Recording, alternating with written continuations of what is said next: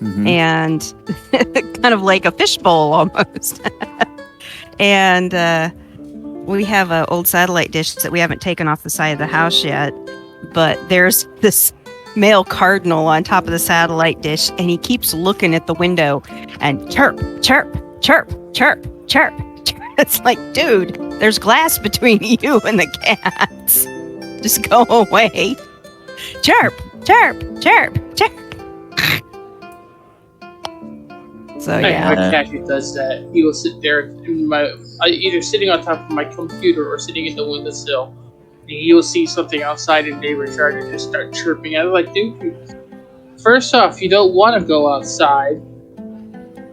You're scared of the grass. It's the Papa Cardinal that's sitting there scolding the cats from outside. The cats are doing nothing. They're just kind of like, yeah, okay, it's sunny over here. Meanwhile, the Cardinal's flipping his lid outside. No, the cat chirps. Oh, yeah. Oh, I've seen that. Our cats do that too, but... I'm just like, you don't want to go out there? Just be quiet. Yay! It looks like Oyohusa says he made it! Wonderful. I've been going through my Spotify on and off and like clicking parts. I like this, I like this, I like this. It's gonna be like, make up your mind. What kind of music do you like, bro? Hey, Ken, welcome. Testing. You're very quiet. We can hear you, but you're very, very quiet.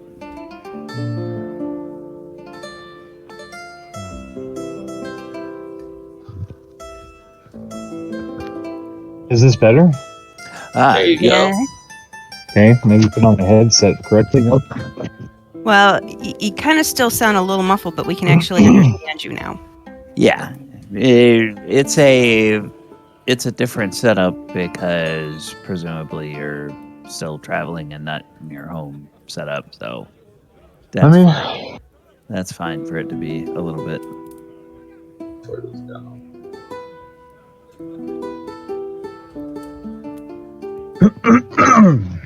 How is your vacation going, Mr. Oyohusa?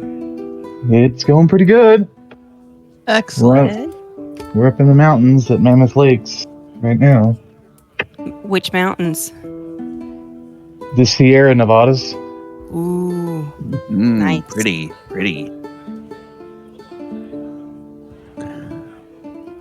Are y'all getting any noise feedback?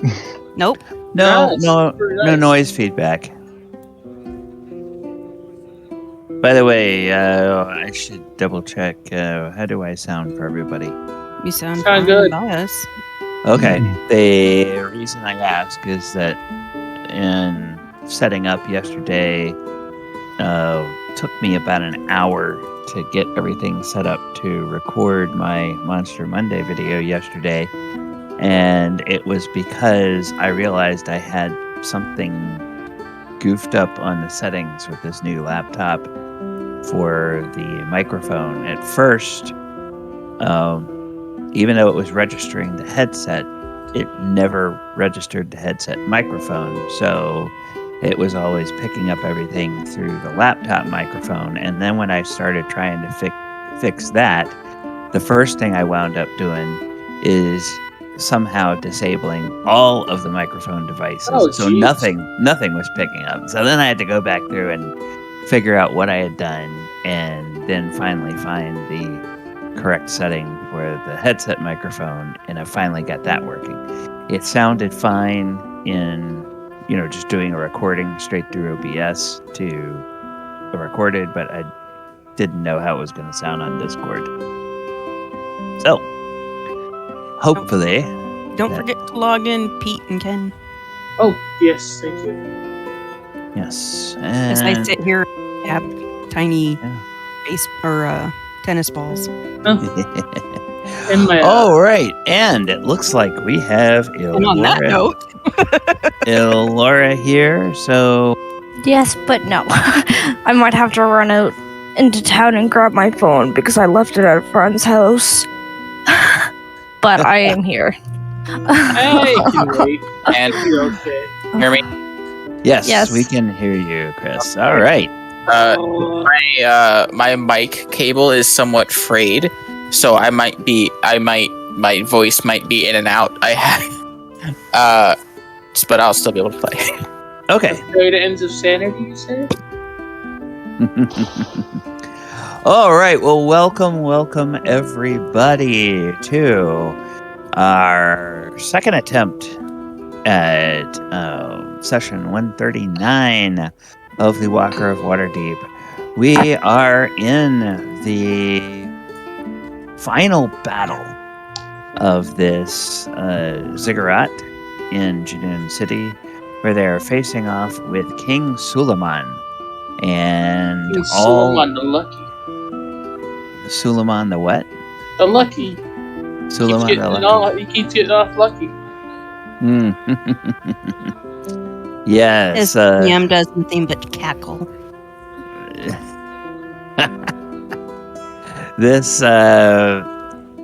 This king has a bunch of false shards around, and the players, however, the PCs, are not alone in this battle. They have recruited several allies along the way. There's a team of assassins that came all the way from the Hidden Village that joined them, and they also recruited several ogres along the way. They also recruited a Marilith that is apparently a manifestation of a prophecy related to Galibar's arrival in the ziggurat. And Galibar himself has his Horn of Valhalla, which he has blown. And there are a number of spectral Viking warriors that are here assisting with the battle. Now, with that being said, we are at the top of the round.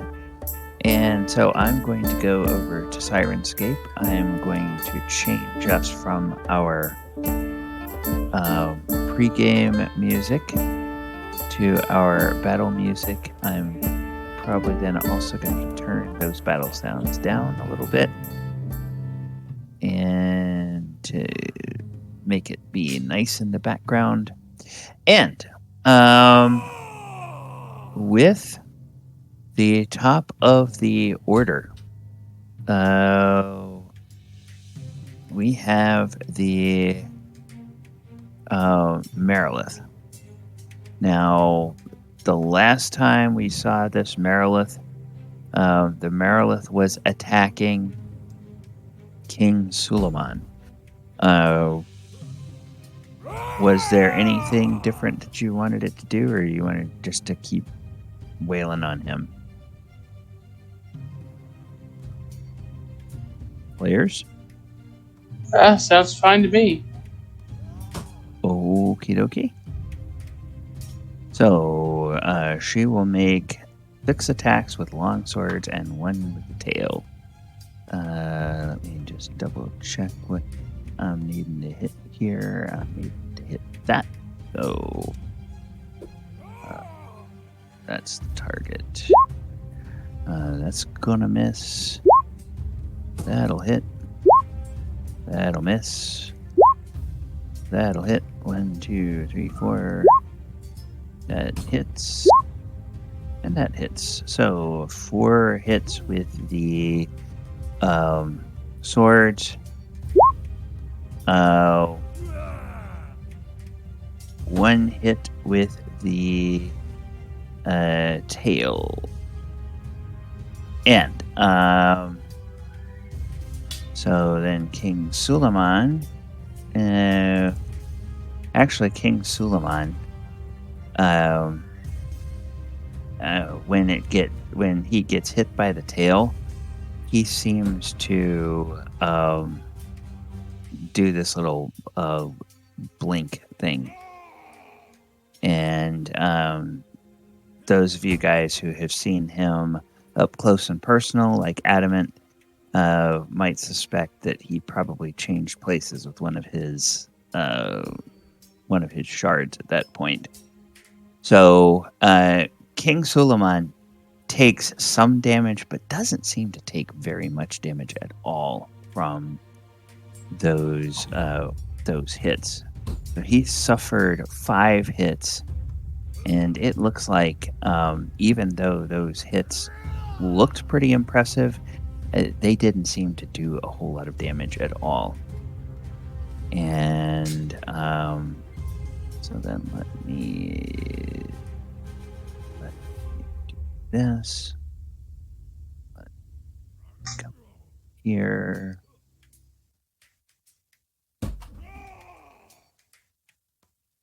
That. You making more shards? Wait, no, Nope. he swapped. Yeah, he just swapped places there. So that is that. And Galibar, you are now up. Okay. Galibar's gonna run over here with his adamantine great axe. And does it look like you had said that the gold is part of the spell thing? The gold is part of the permanent circle.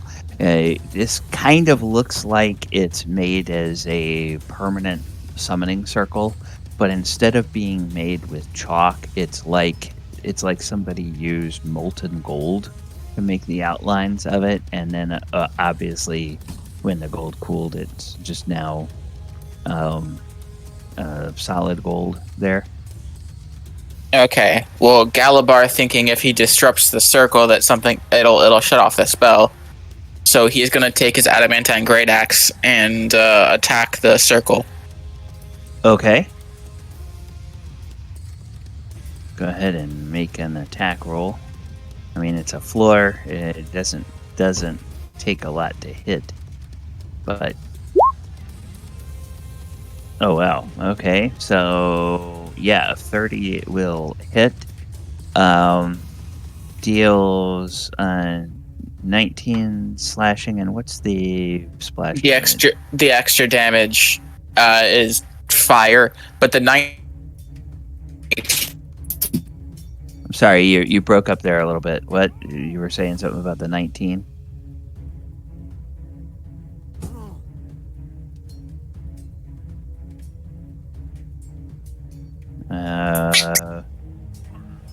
Yeah, He Chris. said that his thing's being fried, so Yeah, Chris, you might want to type in what you're trying to say in terms of the damage. Oh, that was an interesting sound. that's great. So I reconnected. Okay, all right. So what were you gonna say about the 19? We didn't hear. It's doubled because of my weapon that are adamantine. Okay, so 38 damage with 3 fire, and then 46 damage with 5 fire. Is that right? Yes. On a second attack. Okay, yeah, you take some chips out of the stone floor, and you take some divots out of the gold. But what you're a little bit surprised to see is that this gold, the summoning circle, they actually looks like King Suleiman actually made a trough for the molten gold, and so your axe bit down maybe about 6 or 8 inches into it, but that trough appears to be fairly deep. So you haven't actually cut the circle. You've taken divots of gold out of it, but you haven't cut it. So it still seems to be intact, even though it's damaged. So do I get the feeling that if I keep at this, I can break it?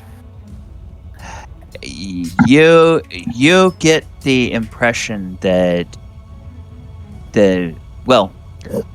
short answer is yes, but you think it's going to take a long time. It probably would be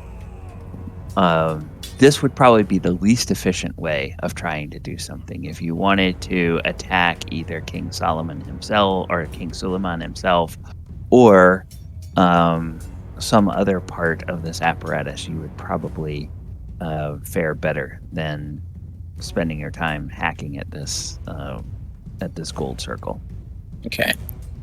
So Do we know that King Solomon has swapped places? You saw a flicker. And Adamant would probably know what that means, and I believe you guys do have the Telepathic bond up. Telepathic bond up. So he would probably say, he could probably let everybody know through the bond that he thinks that King Suleiman may not be in the middle of those berserkers anymore. Okay. Would I be able to use my bonus action to try to see if I can tell which one it is? Because they've been damaged they've been being hit quite a bit. Sure. Do I roll? Yeah. Go ahead and roll a perception. 14. Yeah, you. He just swapped places with one that hadn't been damaged at all. Yeah, you can tell that he swapped, but you're not exactly sure which one he swapped with a 14. Okay. I'm blessed right now. Huh? So that's an 18. Oh, an 18. Yeah, you think he swapped. You think he probably swapped with one in this room, but there's still several choices in this room. A high enough perception would give you guys the ability to pinpoint exactly which one he swapped with. I didn't hear what you said after that. Oh, okay. All right. You can tell that he probably swapped with somebody in this room with an 18. But it takes a little bit higher roll to determine exactly which false shard he swapped with. I couldn't see the one that was right here that was undamaged suddenly became a lot more damaged. No. Because again, it's like he's being hit a lot, but all of the hits on him don't seem to be doing very much at this point. Okay. So I will. Weak. So you've had two attacks. You've moved. I think you have more movement left, but maybe a bonus action. He's moving his berserkers. Yeah, moving the berserkers. Okay. All right. Cool.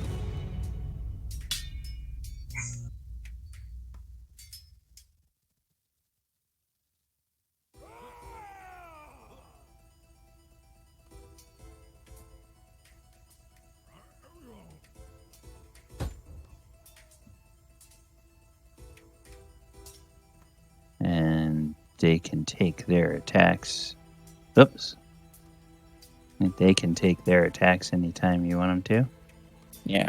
So there's 8 of them. Right. Oh, there's 8. There's this guy over here as well as the starting with from left to right. Okay. 1. That's a nat 20. Yep, that'll hit. So they'll take 11. Okay. The 3 on that guy. 3 on the other guy. And the 1 next to Adamant. Okay. So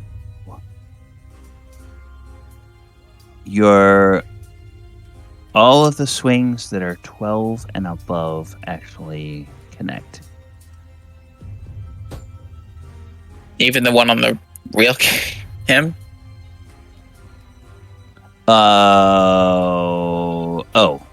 So the next 3 swings, 15, 14, 9, they all miss. But the So then the 17 and the 12 and the 24 all hit. Those both go to this one. Yep. And this one goes to the one against the one next to Adamant. Okay. Then that is 4. Okay, then 15, and then minus 14. All right. So then, Enka, you are up. You're up here. So in the this only chamber. ones that are not on our side are the false shards and King Suleiman. All the other Correct. tokens are our people. Our allies, yes. Okay. Well, all right then. If I pass through space of an enemy, does Okay, that... you cannot pass through the space of an enemy. You can pass through the space of an ally. If you pass within and then go out of the threatened range of an enemy, they will get an opportunity attack on you. Now, this enemy here is dead, so you can go through this space if you wanted to go in here. Of course, getting to this space would mean you'd get an opportunity from that guy. If you then leave this space or this space to go further, you would get an opportunity of attack from that guy. So, Oops, sorry. So I'm going to go over here. I would like to hit him. okay. If I'm successful, I would like to do the lightning damage. So let me Okay. find my...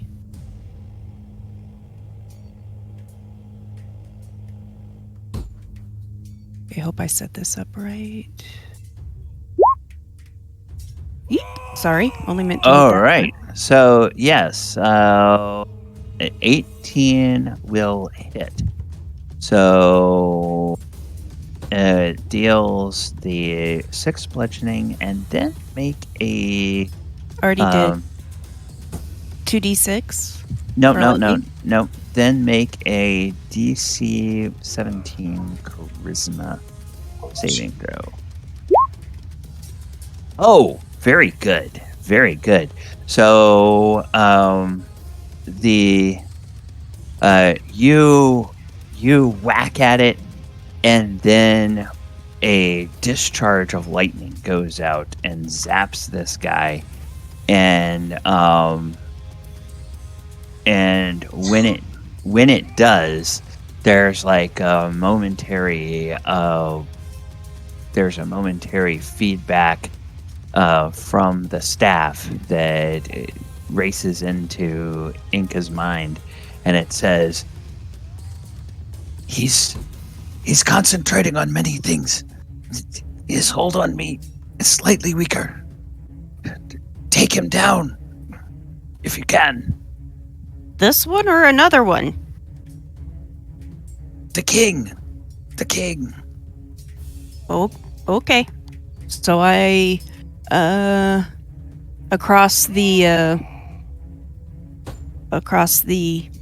mental link of everybody, I basically say I've been informed that the King Suleiman is focusing on many things, and now would be a good time to take him down because he's distracted. And then I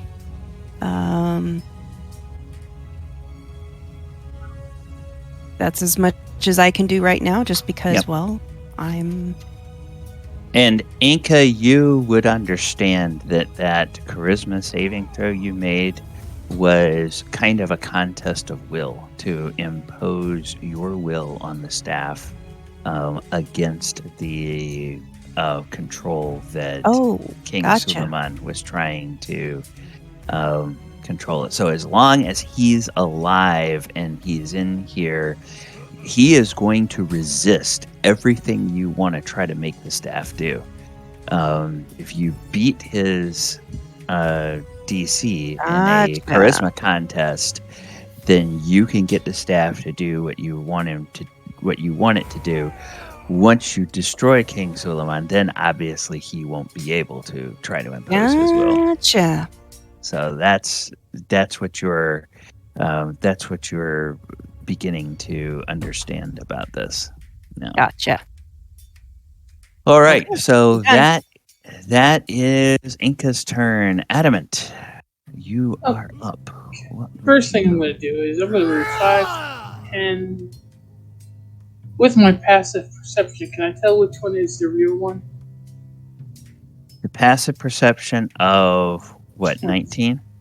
I'm sitting at a 20 right now. A 20. With a passive perception of 20. Yes. You can identify that the real King Suleiman is this one over here. Okay. Well, since the Merilith is, since the Merilith is in our telepathic bond, you can tell them that. Yeah, I will pass that on to the Merilith. I'm not close enough to that one.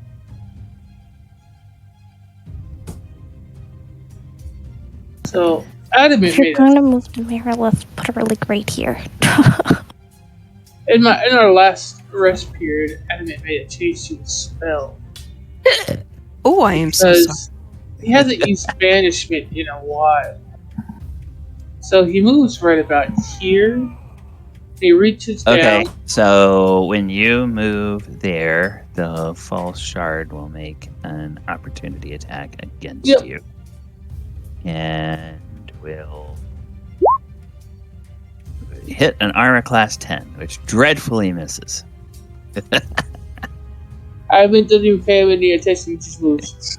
Yep, pretty much. And he'll lock eyes with the real one as he reaches down and touches the floor here. And he casts that spell away. Stone shape. Okay. So And he is going to basically turn this 5-foot area of stone. which and 5-foot area? This 5-foot area right next to him Okay. into a spiral tower of stone going up. Just screw that whole part of the circle up. Morning. Okay. Then in that case, let's see. That is a. That is interesting because of his connection with this place. He will get to make a saving throw against that. And I think it's a... okay. It's going to be a... Oh! Ow. Dun, dun, dun. It's a wisdom save that fails. However, he chooses to succeed instead. So, he's got now. He's now got 2 legendary resistances left. And That- Adamant is just locked eyes with him the whole time he casts his spell. Yep. And your spell seems to fizzle.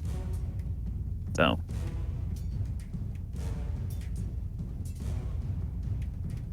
Anything else? Adamant Just- just says quite stoically, I can do that more. How many more times can you resist?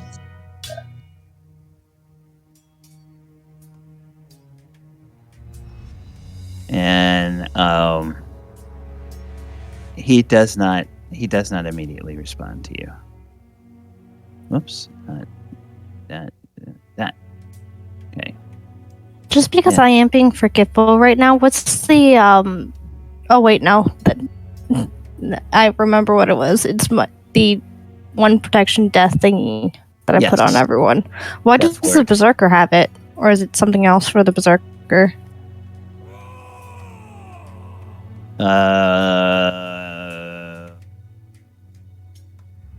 This one? Yeah, I don't know what whether that was a goof or whether there's some effect on that one. Okay, no worries. All right. And then Anything else for Adamant? I'm done. All right. He's made his point. Yes. The real King Suleiman. The real King Suleiman will flicker, and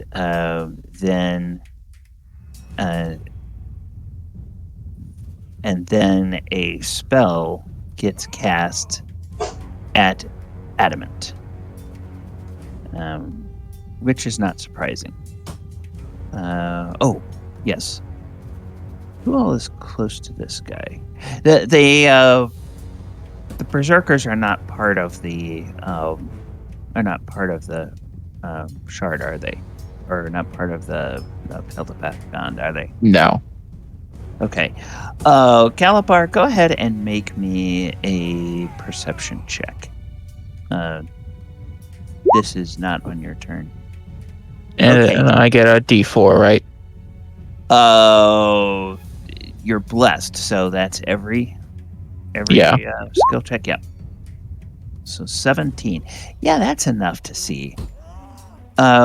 You notice just before the flicker, you notice, Galibar, that King Suleiman's wounds, which seem superficial, they heal up. And then there's a flicker, and then he casts a spell at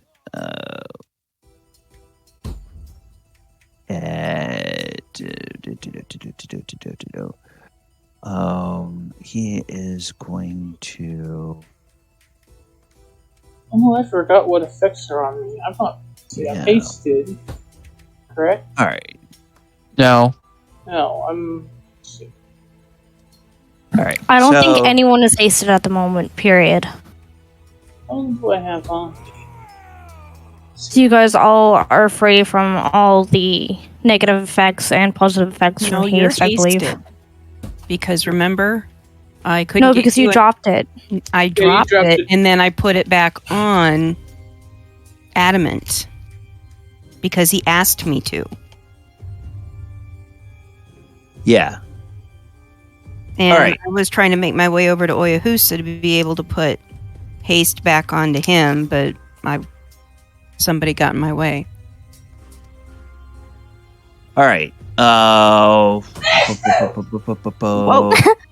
Achoo! Out across the house. Okay. Am I blessed? Yes, you are. The spell that King Suleiman casts at you, Adamant, is he tries to hit you with hold monster, and the DC to break that is DC 17. It's a DC 17 Wisdom save. Adamant just stares at him blankly. Can't be held. Because it can't be held. All right. So Adamant just stands stock still anyway. yes. And then but he, as a spellcaster, when your spells land and when they don't. So Yeah. So that's yet another slot used there. All right.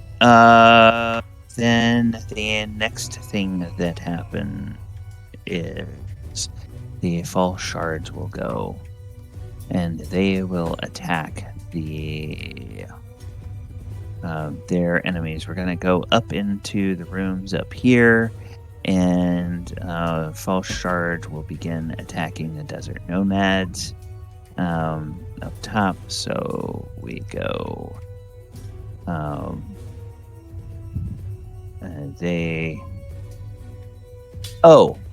I know what it is. That guy got hit with a dreadful glare. That's what it is. Okay. So this one goes up here. DC 11 against this desert nomad. DC 11 wisdom save. Oh, passes easily. So then the attack is a rotting fist attack. 18. That will hit. And then Desert Nomad needs to do a Constitution save, which he also passes. So he takes 7 bludgeoning and 15 necrotic from that hit. So that's minus 22. Then the next guy over here will hit the Gazban Ogre, or will attempt to hit the Gazban Ogre. And that will be Dreadful Glare and Rotting Fist. Ooh. So 14 and 17 is 31. Is that right? 14, 17, 31. And that Gazban Ogre goes, ouchies! And then has to make a couple of saving throws. Not terribly difficult, but the wisdom throw might be difficult. Nope. And the con throw. Oh, he fails the con throw. So this Gazban Ogre now has Mummy Rot. Which is probably delightful. It's horrible. Okay. It's just a delightful bout of Mummy Rot. Then this other false shard will turn and try to hit Enka. So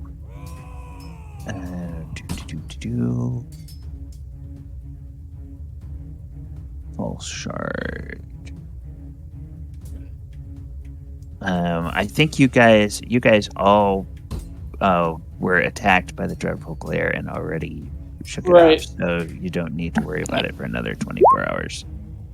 So he's just going to attack you. AC 11, which will miss Enka. Mm-hmm. So no attack against Enka. Then over here and this other side,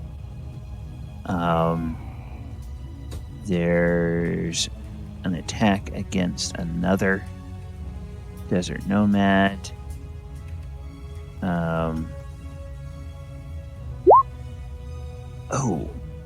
Yet another crit. 16 and 18, so that's 34. This guy takes 34 damage. And I believe, yes, he is bloodied now. And then he has to make a DC DC 12 con save, which he passes with flying colors. And then this one will attack to attack the Gazban ogres. There's Rotting Fist. That's a hit. Rotting Fist, that's a hit. So one gets 16, one gets 15 damage. This one takes 16. And this one will take 15. And then two con saves. Pass and fail. So then this one here has Mummy Rot. And then boom. This guy will move and two of them will attack this berserker. So that's a 9 will miss, a 6 will miss. So berserker is missed. Over here on this side, this other berserker gets attacked. 8 will miss. Jeez. They're hitting all these other guys, but they're having a hard time hitting these berserkers. They're ghosties. Yes, one of these berserkers will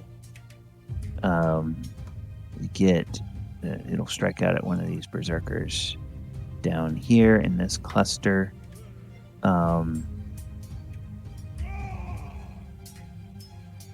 And then one will move up to Adamant and try to attack him. So at a berserker, 23, that'll hit. 13 and 7. So we'll just say he hits this one because actually this one was bloodied.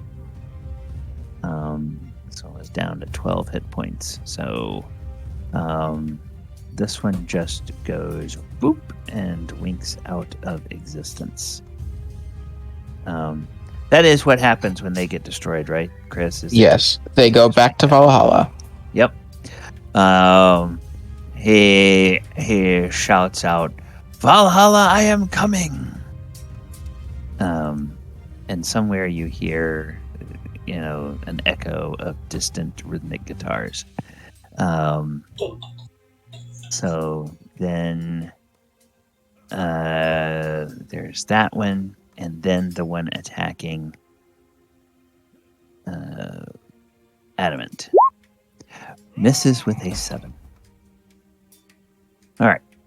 So, They have to crit to hit him, yes. and they can't crit, so technically they can't hit him. Yes, Desert They just do normal damage. Desert Nomads. All right, these guys are your allies. What would you like them to do? Attack, charge? Do you want any of them to move? Attack the and- shards. Personally, Go ahead. I personally would like to see what's up in this room. Even though none of them have telepathic bonds with us, I feel like it would be good to know what's in this area. One of them does have telepathic bonds with us. Okay. Did we mark on the sheet which one? No, because tokens weren't down until after we came in this room. Okay. Somebody ping the one that you want to have a telepathic bond because that will help me. This one. Okay. This one? Okay. So we will go ahead and we will say that he is in the bond with you. And we'll also say he is the one that is carrying the Heartwood Spear. Okay, that you would have put that guy or that gal in the telepathic bond with you. So that one is the one carrying the spear. So you say through the bond that you want somebody to check out the this room. This one here will break out of the formation and move up. He gets an opportunity attack from the Fall Shard. 16. 16 is exactly what he needs to hit. So 14 and 15 minus 29. And that will bloody him. And then Desert Nomad, Constitution. Oh, fails. So now he has got the Mummy Rat. And then when he gets up here, he reports, yeah, looks like some empty cells where King Suleiman might have held prisoners or might be preparing to hold prisoners, but there's nobody in there now. It's just an empty room. So that's that one. What about the rest of them? Attacking the shards. Okay, so the ones that are in melee will attack shards. What about the ones who are not in melee?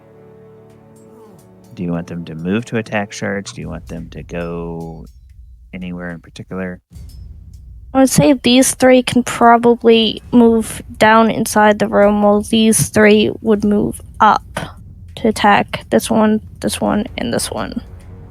Okay. Divide and conquer. Yep. As that actually, that guy will move over here because he's got enough room to move around over there. When these three guys move in 5, 10, 15, 20, 25, 30. When these guys move in here, Galibar, you notice something. This King Suleiman,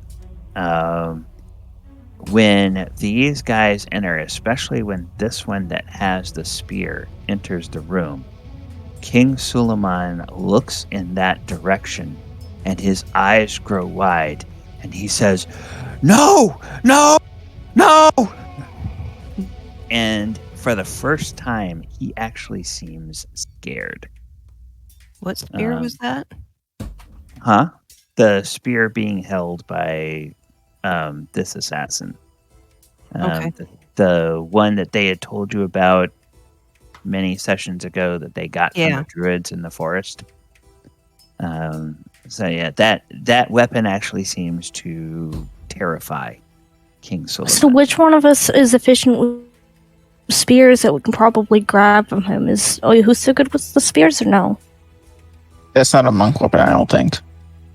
Adamant can use it if the Galibar can, but I think it needs to be used by this guy. I'm just thinking of if he goes down, someone else needs to grab it before King Solomon destroys it. I'm thinking the most hits, Oyohusa. So. All right. So then 1, 2, 3. If he 4, goes down, Adamant can grab. 6, 7. 6, 7. How many? 8, 9.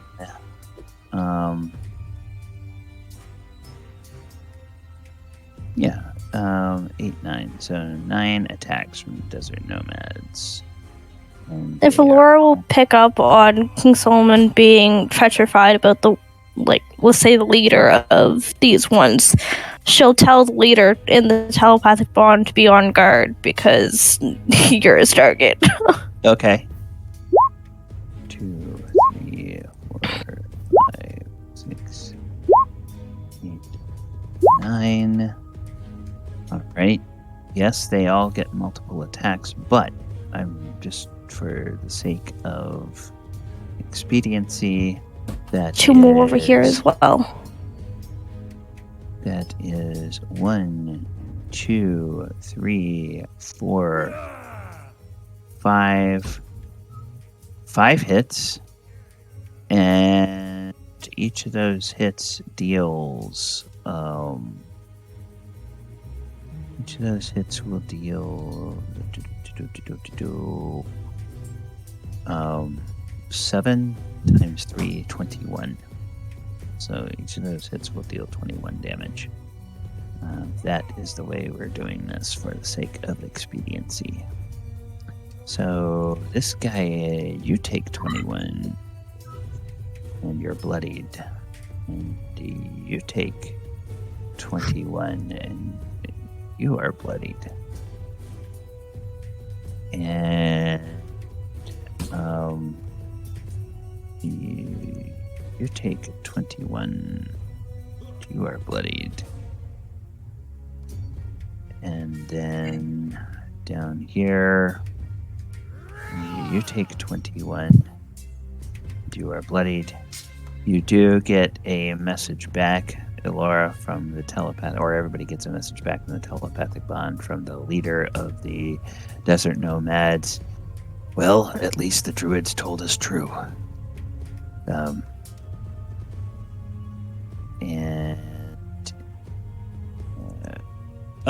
This one takes 21 damage and is destroyed.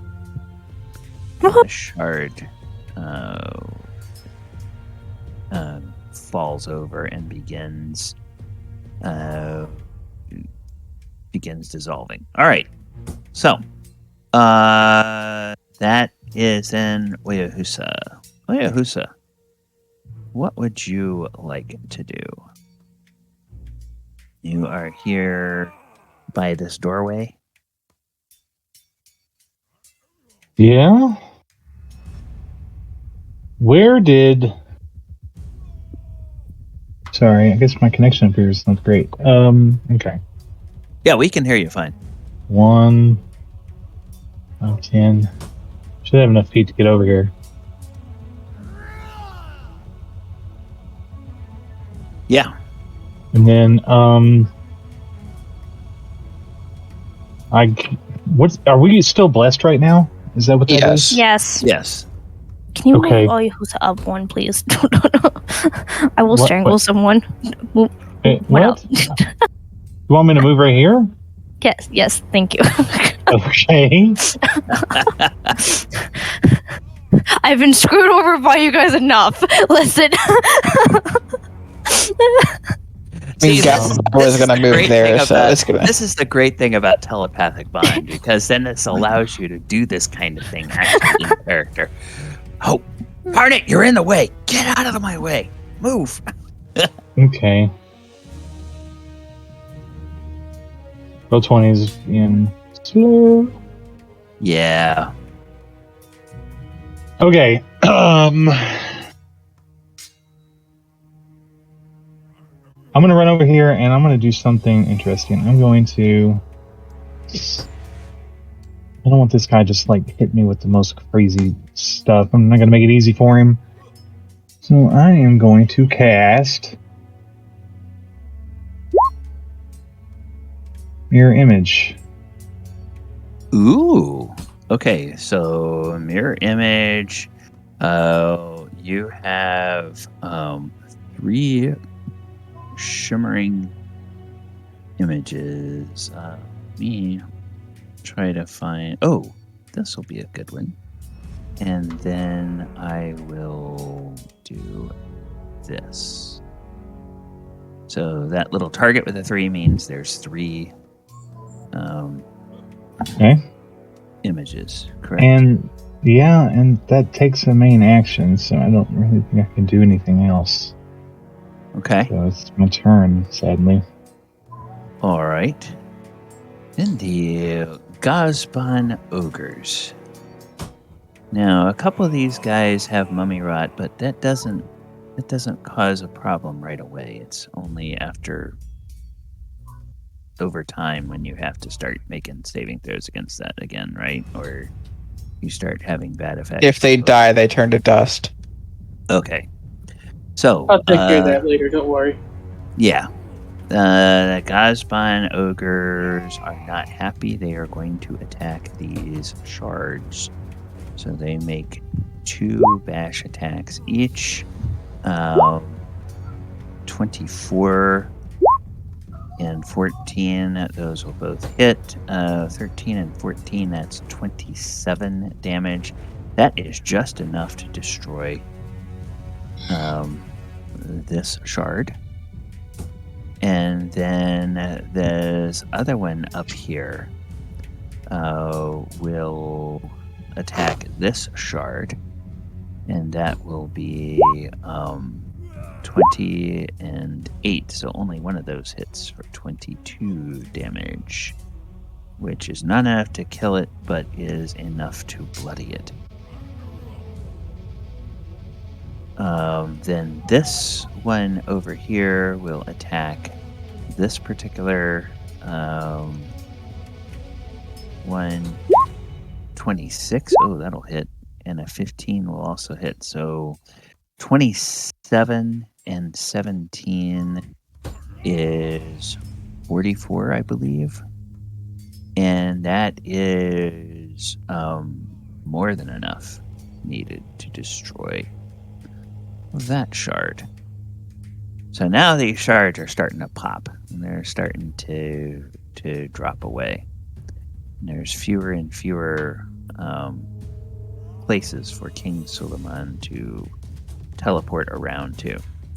All right, Elora, you are My up. turn. It is a 20-foot cube. So this whole section, she points to, and she wants it destroyed. She's going to be casting Erupting Earth. Erupting Earth. Ooh. This whole area starts to shimmer and shake. Okay.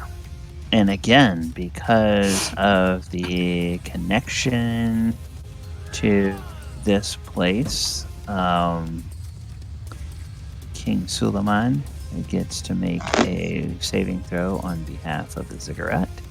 She saw that what Galibar was trying to do, and it's like, finger wiggling might help here a little bit. Yep.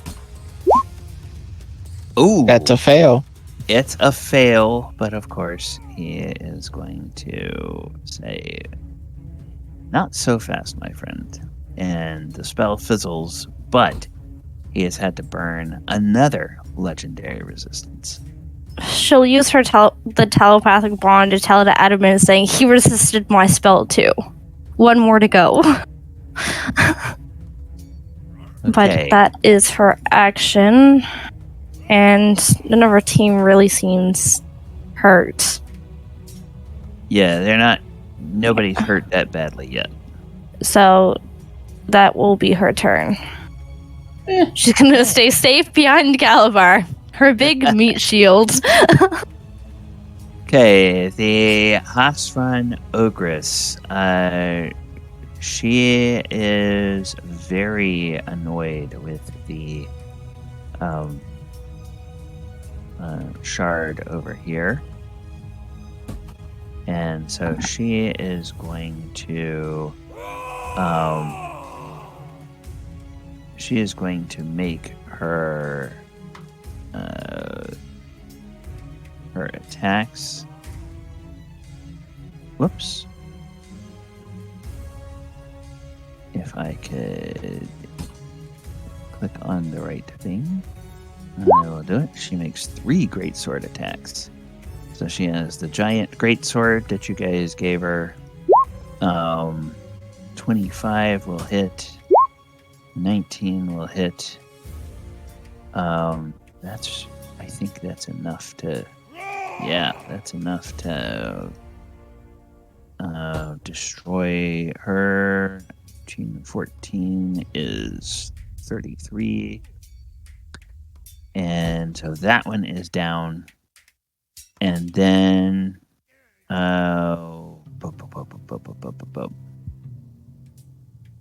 what's her movement?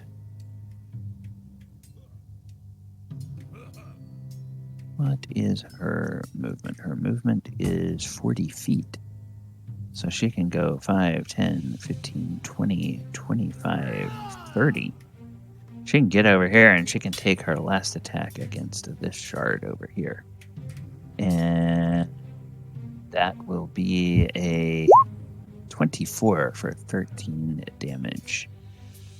That's not enough to destroy it, but that one's already bloodied. All right. Then it's the Marilith's turn. Who has been told this is the real target? Yep. Marilith also has 40 feet of movement. I think can do 5, 10, 15, 20, 25, 30. We'll come around over here and we'll attack the real King Suleiman. Whoops. Wrong character sheet. So, 1, 2, 3, 4, 5, 6. Hey. Wow. What the fuck, son? Tail. Every attack hits. And they look really good. Now, Oyo, you are up close to witness this. You see that these huge swords that this Marilith is just raining blows down on. They're the kind of blows that sort of make Oyohusa involuntarily wince every time he sees them because, like, man, it looks like those hurt. But King Suleiman suffers only the most superficial of scratches from the swords, and when the tail tries to grapple him, and so then DC 19. Actually, as soon as he's grappled, there's a little blink, and Oyohusa can tell with his great powers of observation that the king has actually teleported away and is no longer there in front of Right in front of Adamant. is back over there in front of Adamant. So that is the Marilith's attack, and Oyohusa, being observant like that, would probably let everybody know in the bond what he's seen. So Galibar, did he teleported? Yeah, you guys have several. Cast a spell. No. Oh, It's okay. switch places. It's a feature that he has that as long as he has these shards up, he can instantly teleport and swap locations with any of his shards. So, Since he switched places right in front of Adamant, does Adamant know? Adamant would definitely see the blink, and we've already established that Adamant's passive perception is high enough to tell him which one is the real one. So yeah, suddenly Adamant, you notice, hey, that guy winked out, and oh crap, it's the real king right in front of you. Or maybe, oh goody, it's the real king. It depends on Adamant just kind of looks at him. how Adamant is feeling today. So Galibar, your turn. Galibar's going to drop his rage, and he's going to look at the guy with the spear. Mm-hmm. Since I'm assuming Adamant's using the telepathic bond to point out where the real King Solomon is, right? Adamant just kind of says, "Somebody's feeling brave today." Okay, so Galibar That should say enough in itself. Galibar is going to look at the spear guy, cast haste on him, and point at the real King Solomon and say, "Get him." He's all yours. Okay. And he's gonna get out of the way. And get. Actually, he'll go right here. Okay. But the action was casting a spell, so no attacks. Yep. Good. Haste. Okay. All right, and by dropping rage voluntarily, there's no side effects from that, right? It's only Right. you No. let the rage play out to its full. Well, no, there's no side effects for it raging and ending at all. Oh, okay. All right. I'm not a fury, or I'm not the one that can go into a fury rage or You're not a whatever. berserker. Oh, Yeah. okay. Okay. All right. That is Galibar. Enka. You are up. The shard that you were fighting is dead. Most of the shards in this room are also dead. Side note, as this shard falls, you notice that it begins to melt as though it were so much snow and ice. Okay.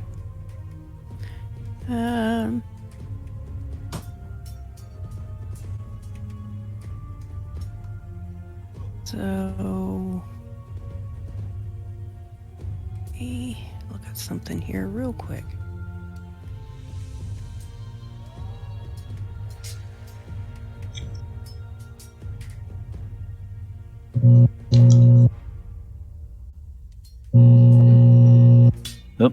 Somebody's mic is buzzing with feedback. Back. It's Adamant. Adamant, it's you.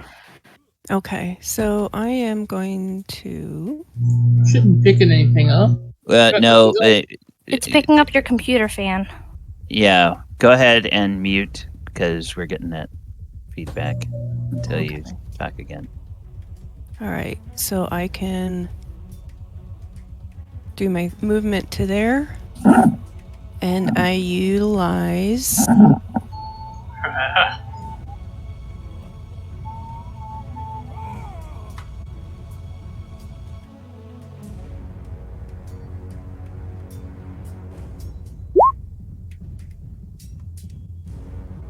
Okay. Bolt of lightning leap from the staff, tip in a line 5 feet wide. Okay, you're gonna try to hit him. It's gonna hit the other shard too. Yes, it will. Okay. So go ahead and make me a DC 17 charisma save, please, to try to overpower King Suleiman. Oh, a crit! A crit!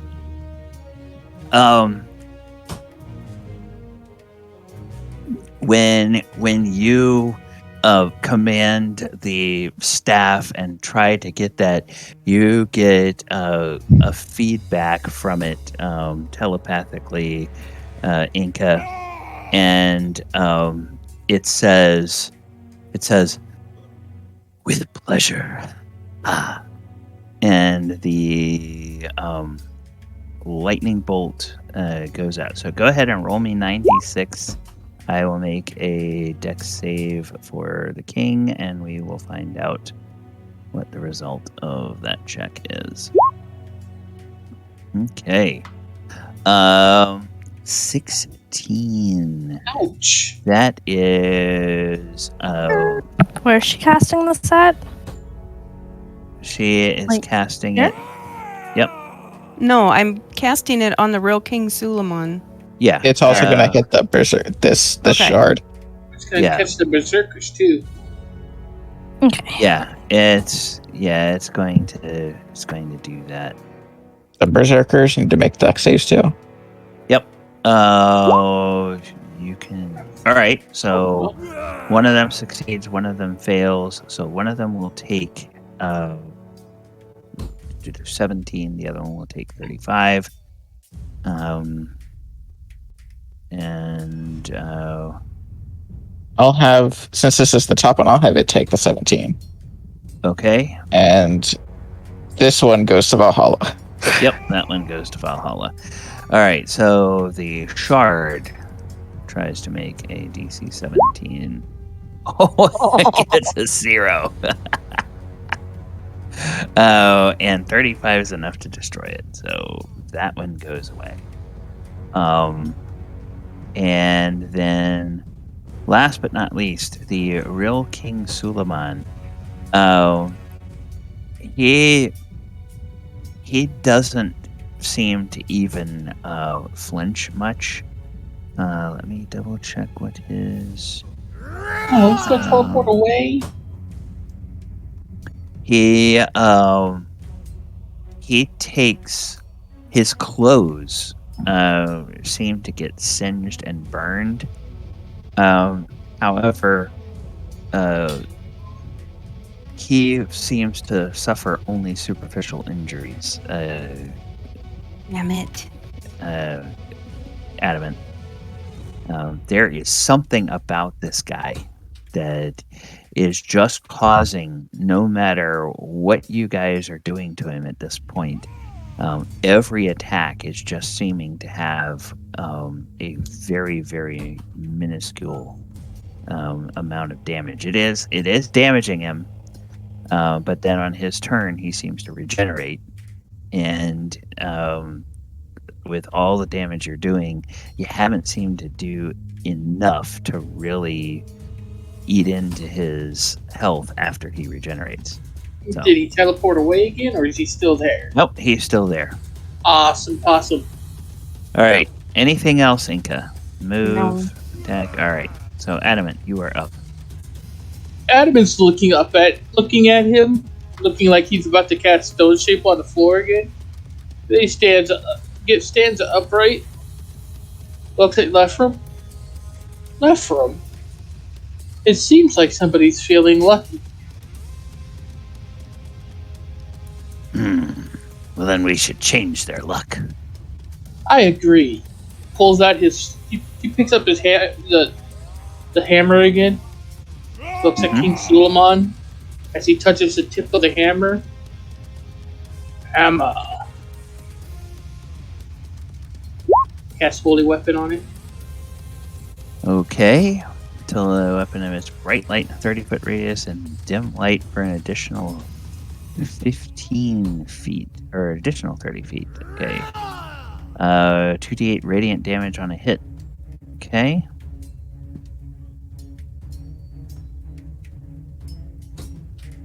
So let's see. First hit and second hit. Ooh.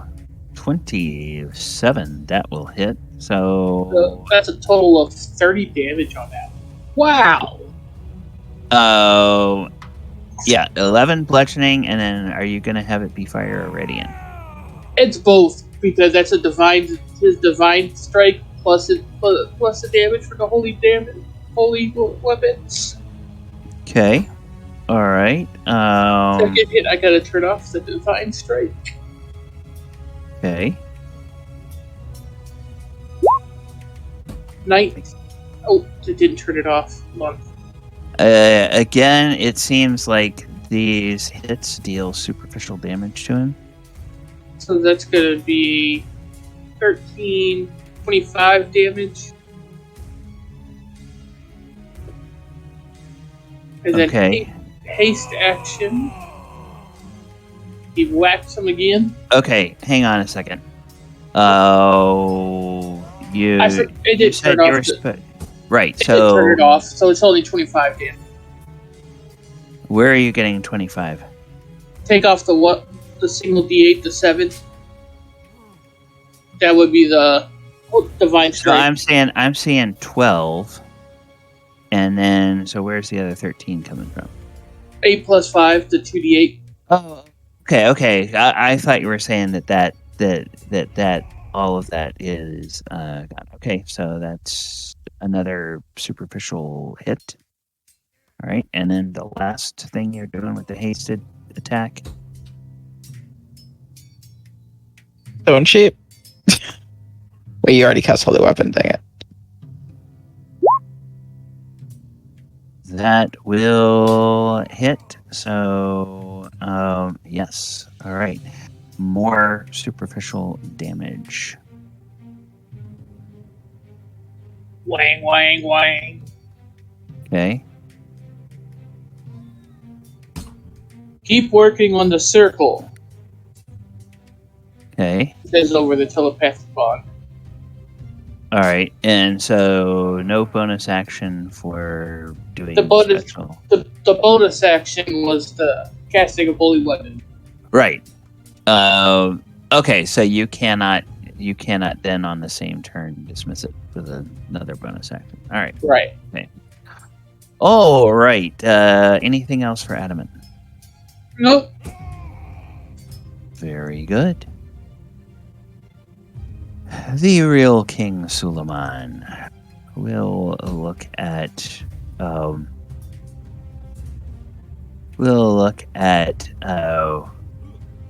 Adamant and will say, "Fool, you should. You may think you are powerful, but you are pathetic. I will have all of your corpses as trophies when Junoon City is rebuilt in its glory." And he then actually turns away from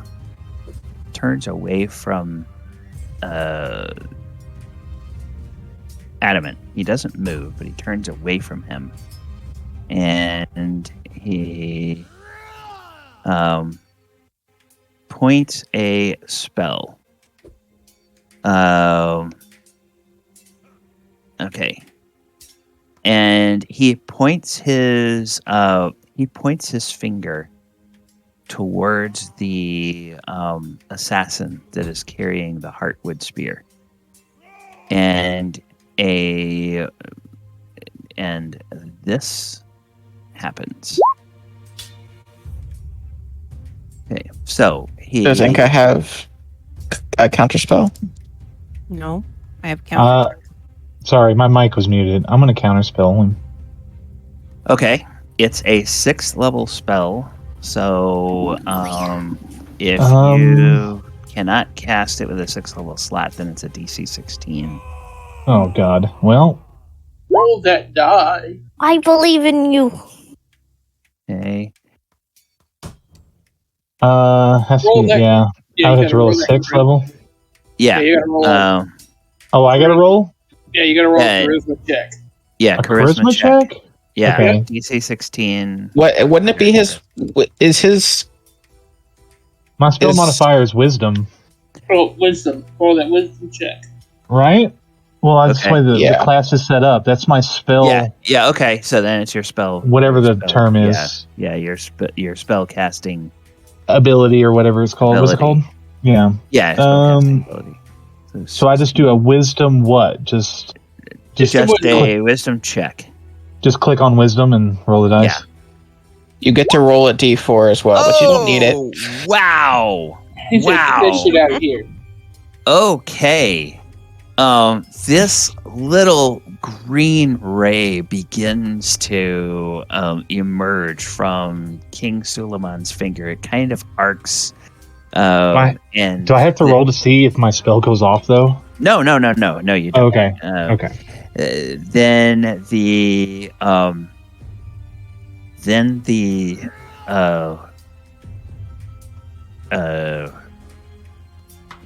this effect of the counterspell just sort of intercepts it, and it sort of just eats up that green ray.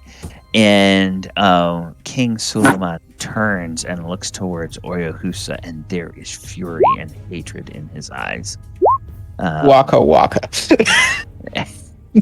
And his spell fizzles, and he is very sad because that was supposed to show his dominance over you all. I just imagine his counter. I just imagine counter spell is just it shoots out a ball that shaped like Pac-Man and just eats the spell. There we go. Well, All right. it's thematic, so he just does like these like ninja hand signs and bam. All I He can think of. he does some finger tutting. Yeah, All I yeah. could think Hey, of. he holds out his hands like a pair of finger scissors and just snip. We had this guy that we used to play Magic with, and whenever he played a counter spell, ERTAI, you're gonna get countered. Yo! All right. So now it is the false shards, and they are going to make their attack against 15. That's going to miss that one. This guy over here will move up and make a attack against this guy. That Opportunity will attacks miss. from the ogres. He Yeah, moves. opportunity attack from the ogre. That'll miss. No, that actually hits for 14. Not enough to destroy him, but it does deal some more damage. These two guys will each make attacks against this berserker.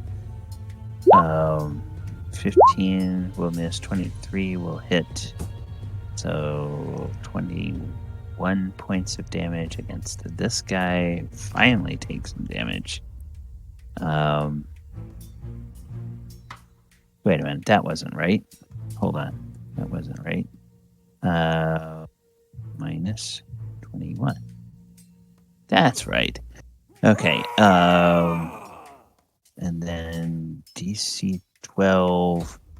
Do you have the stats for those berserkers? Can he make a DC 12 con save to see if he gets mummy rot?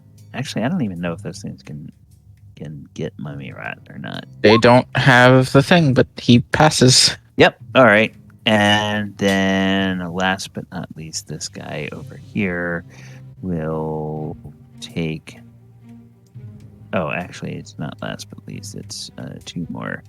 One will turn towards the Marilith and will try to attack the Marilith with a rotting fist. 18. That's actually exactly what you need to hit the Marilith. So deal 17 points of damage and makes a con save. Oh, easily makes it. And then the last one over here will attack he'll attack the desert nomad with the spear, just for the sake of it. And He is hasted, 17. so he has +2 added to his AC. All right, so 16. That actually makes his AC an 18. So the 17 misses. Haha. All right. So Galibar did a very smart thing. yes, the desert nomad just sort of sticks his tongue out at the shard. All right, and speaking of the desert nomads, they are up. First one is going to be this guy. Actually, these other two guys are going to go first, and they're going to try to deal with this shard so he doesn't get any doesn't get a chance to have an opportunity attack. So there's 1, 2. All right, yep. 30 points here, which will be enough to take him out. So then this guy, who is hasted, gets to go 60 feet, right? Instead of 30 feet. Yep. So 5, 10, 15, 20, 25, 30, 40, 45, 50 over here. And we'll attack with the Heartwood Spear. And this, it's just a normal. Actually, he gets three attacks normally, I think he's being told to move up here. What? Oh, okay. Being told to move up here. Okay. Be told. 3 attacks with the spear. And one additional one as a hasted action. Yes. So attack the first, miss. Attack the second, miss. Attack the third, hit. Attack the fourth, hit. All right. So, you get a front row seat for this. The King Suleiman, as this guy rushes in, King Suleiman's eyes get wide, and he's like, "No, no!" And then the spear goes in, and the spear deals. The spear deals some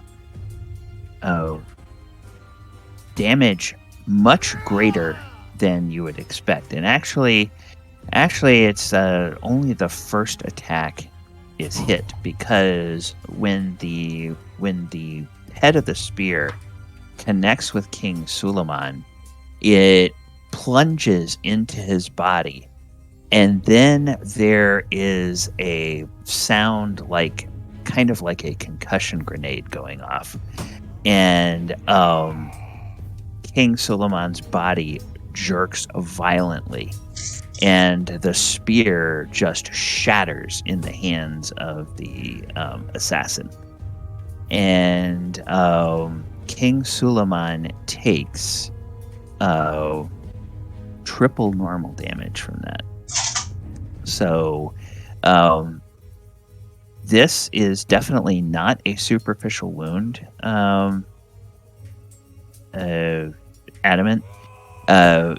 Blood begins pouring out of this wound in King Suleiman's side, and he screams, howls in agony, and there's a mix of pain, there's a mix of rage, there is a mix of terror. And also, as soon as that connects, Enka, you get a message from your staff. It says, "Free! Oh, let me destroy him! Let me destroy him!" Ah! So he, the staff seems to now feel like, seems very eager to help you, and eagerly wants you to allow him to get some revenge on this guy. I'm like, okay, go for it. All right.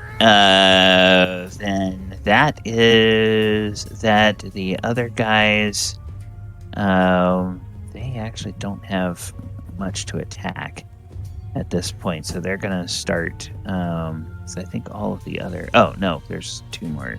There's 1 more shard up here that needs attacking. So we'll do this, and yeah, that's gonna be plenty. So we'll do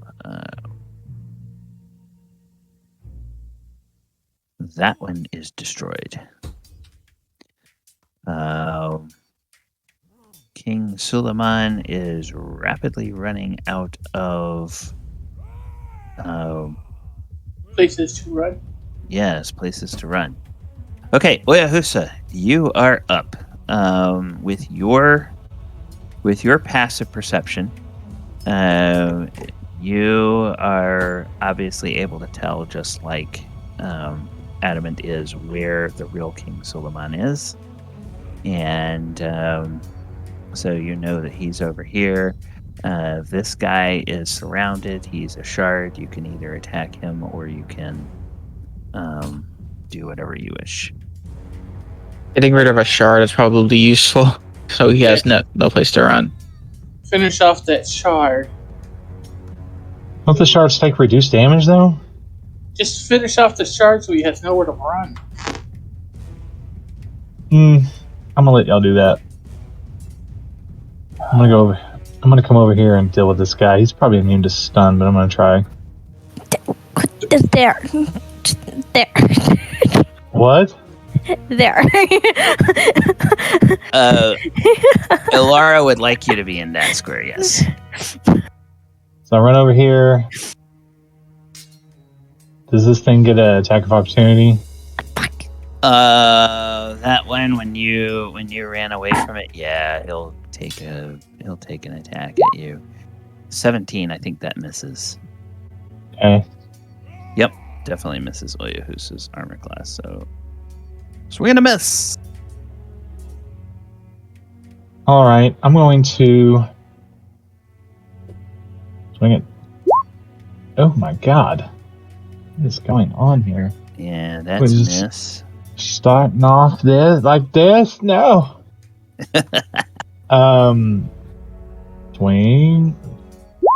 Oh my freaking lord! It seems like roll 20 really wanted you to attack the shard. Okay, 17. That will hit. Is it gonna be psychic or force for the spillover damage? Well, let's do force damage and see what happens. Okay. Ba-ba-dum-ba-dum-ba-dum-ba-dum.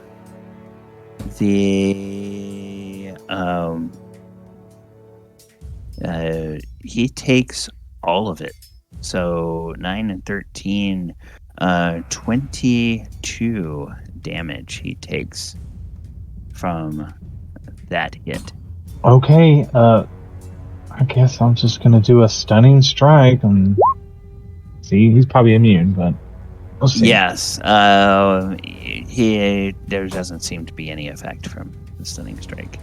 Great, that's my turn. All right, the Gallibond ogres. They are on mop-up duty. One will move over here to try to attack this last shard. 21 and 20, those both hit. This shard is gone. Minus 30. That one is down. Then this one here will move 5, 10, 15. Will come in here and will attack this shard. And 15 and 17, 17 and 20, 37 damage. Not enough to kill, but enough to bloody. All right. Then where's our other ogre and our ogress? This ogre doesn't have anybody to attack here, so we'll go 5, 10, 15, 20, 25, 30, 35. Let's see, 40. Nope, can't stop there, so we'll stop there. And then this one, this ogress will move over here. She has her own turn. Oh, that's right, she has her own turn. All right. Elora, you are up. Okay, I admit it. You guys can slap me on my wrist. I did bad. Oh. Well, now instead of just hitting one berserker, I'm going to hit two. So good luck, guys. Sorry to your berserker friends. It's okay. It still does its trick. So, as she was told, she will try and screw with Solomon even more. Still hits a part of the circle, so still does the same effect of trying to escape the erupting earth. Okay. Elora's wrath of I want you to suffer. Yes. DC. Oh, he makes the save. So It still affects the earth. Yeah. Well, he's making the save for the for. You had to do a wisdom save before, not a dex save. Oh, that's right. That's right. Let's have him do his wisdom save. And that burns his last. What's the wisdom save for? The wisdom save is for the ziggurat itself. Oh, okay. Because he is So the spell he doesn't is go off. connected. Yeah, he is connected to the ziggurat in some sort of a mystical way. So yes, he seems to clench his teeth and resolve, and the spell does not go off. And She'll tell everyone that she'll break it next time. yeah. All right. Anything else from? No, Elora will keep herself safe, but seeing how she's kind of holding up the line, she'll move 5 feet this way. Okay. Hastron Ogress will run down here and will make great sword attacks against the shard. That's a miss. That's a hit. Oh, yeah, he's got plenty of hit points. So, whoops, one more attack. One more attack. Oh, gosh, miss. All right, so 18. Not even enough to bloody. I don't think. Oh. Yeah, not even enough to bloody it. So. Alright, she is kind of sad and annoyed. The Marilith is up. Do you want her to continue going Ginzu on the shard, or Destroy that shard. okay? All right.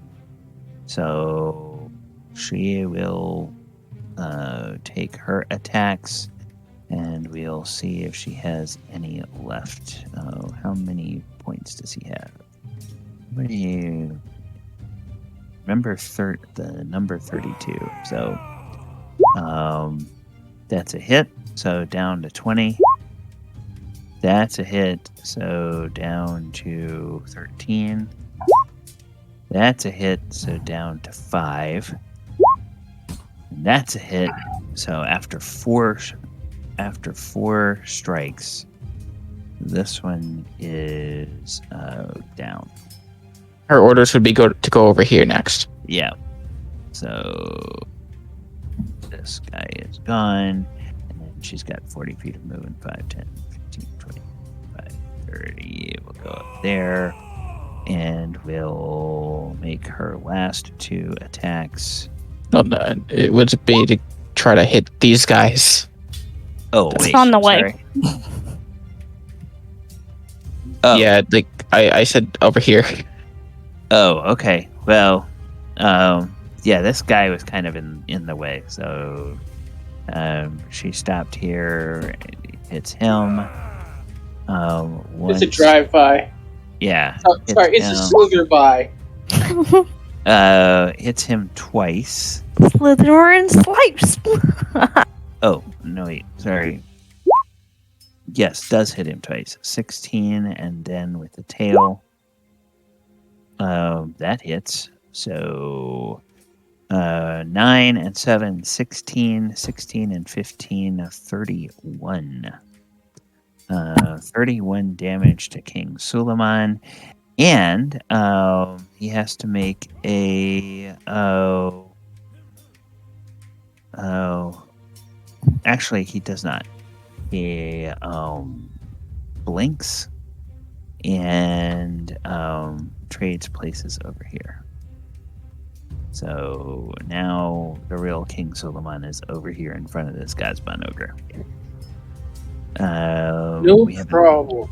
Yeah, we have enough people in the room with good perceptions to see that this is happening. And he's now outside the circle. He is now outside the circle. Galibar. Hey, Galibar, Adamant's telling us where the real one is. Always. Okay. So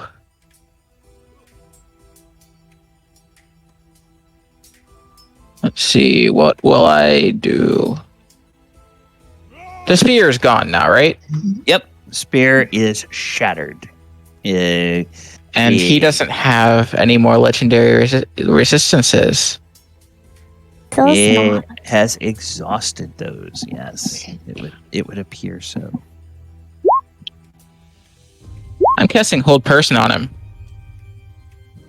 As I move 5, 10, 15, 20, 25, 30, 35, 40. Okay. Wisdom saving throw DC 19.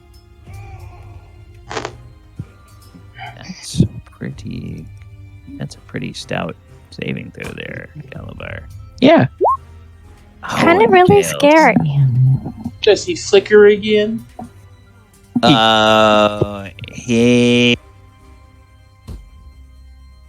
He actually does flicker, and now he flickers over here. He can do that twice per round. He is able to do that an unlimited amount of times as long as he has shards that he can teleport. That is okay. This guy is He's allowed to do that in response to a spell being cast on him. Yeah. Yeah, this guy is a Like boss. not even a damage spell. Yeah. Yeah, this guy is like a level boss monster. And it's like fighting the last monster in a raid in World of Warcraft or something. It's like it's just sort of okay, this guy is gonna make it really ridiculously hard for you to take him down. Until you crack the code, which you've cracked one piece of it. Anything else for Galibar?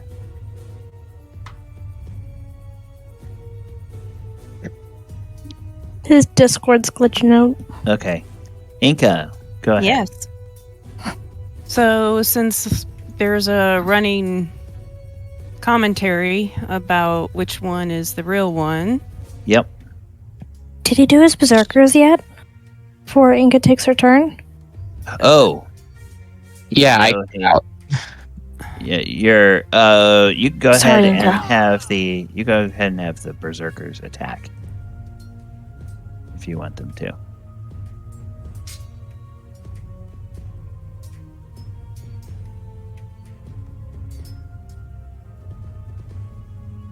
So that's 3 against this shard right here. Okay.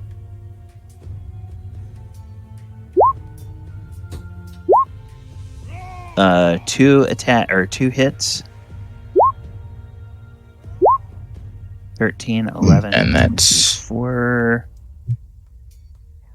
2 against this shard since it is at advantage. So I need to... Yes. 2 with advantage. Yes. 9 and 6, 15. We'll take that one out. Okay. And this one will just... See, it has... Yep, it'll go 5, 10, 15, 20, 25, 30. And these ones will move right here and right here. And that is the end of them. Okay. Now, Enka, you can go ahead. Take your turn. Okay, so as I was saying, she knows which one is the real King Suleiman, and she casts. Oh, wait. Where did he go? Oh, okay, there we go. That's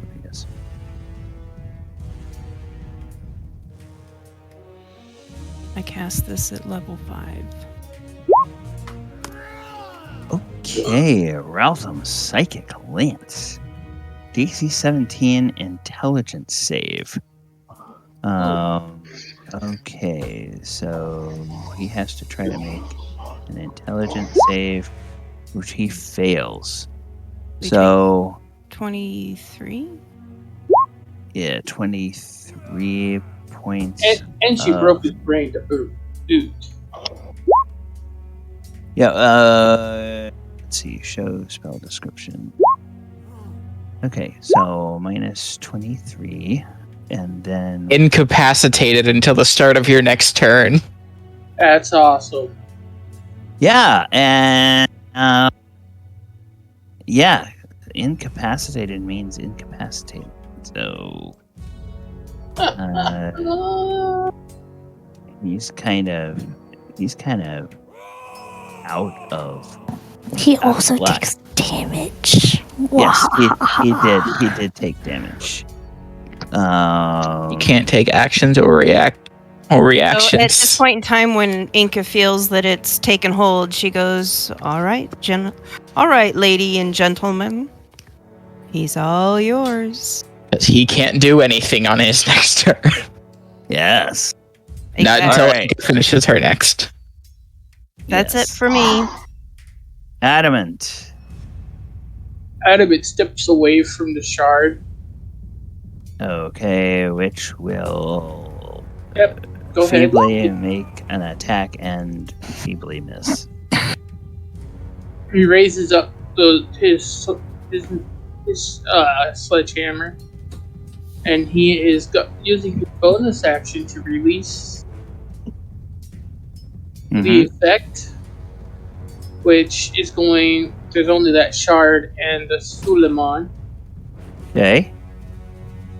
so I'll go ahead and post that up. Yep. Okay, 4d8 radiant damage, or no. Each creature of your choice must make a con saving throw. Oh, okay. So they have to make a con saving throw first.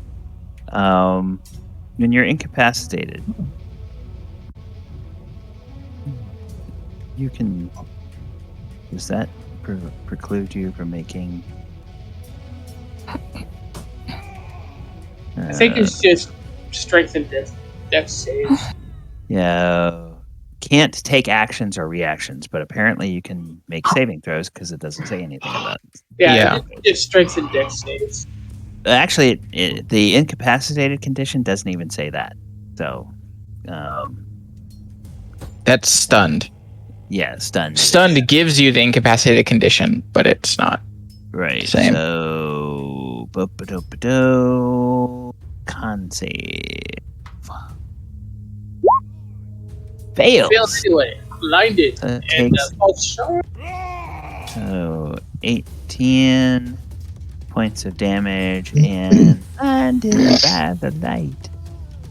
So he's got gooey stuff coming out of his eyes. And then, And then the false shard. Yep, false shard. Fails Also as blinded well. by the light. Takes 18 Also- radiant damage. Yep, minus 18, which will bloody it. Elora's a little sad her blind didn't do anything earlier. And then, for the second part of Adamant's action, he's casting Animate Objects. Okay. And he's going to animate 10 pieces of the Heartwood Spear. Okay, so 10 tiny objects, yes. And he's going to send them flying to real King Suleiman. Okay. So let me see, animate, let's do this.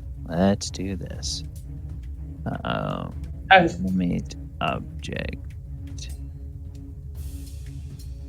I've already got. Well, yeah, but we've got to put the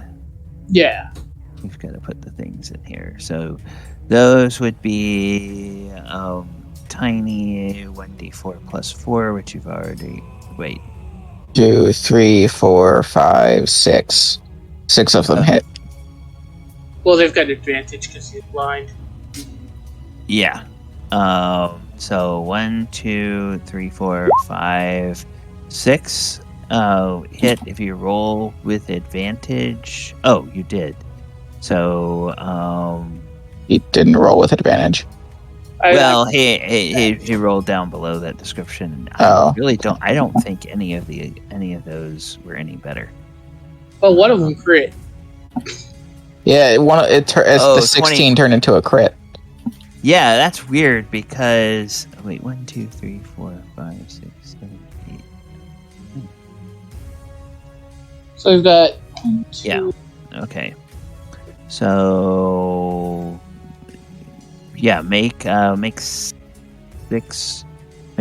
damage rolls, and one of them add the bonus damage for a crit. Well, it's 7 hits. 7d4 plus 16? No, 4 Before. 4 times 7 is 28, so 7d4 plus 28, and then add An additional d4. just add an additional d4.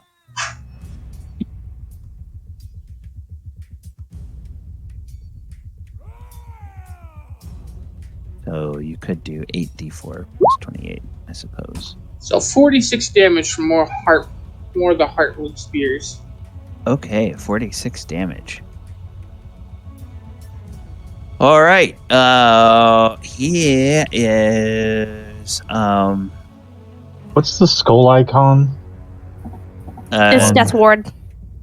Oh, the skull icon on You have it too. Yeah, the skull icon with the little circle around it is Death Ward. The broken skull icon is Mummy Rat. So, And then for his haste action, Adam's going to come trucking over real fast, just golf swing the hammer into his chest. okay. Or My mouse will be eat ball or the laser receptor too. That is spiritual weapon. That's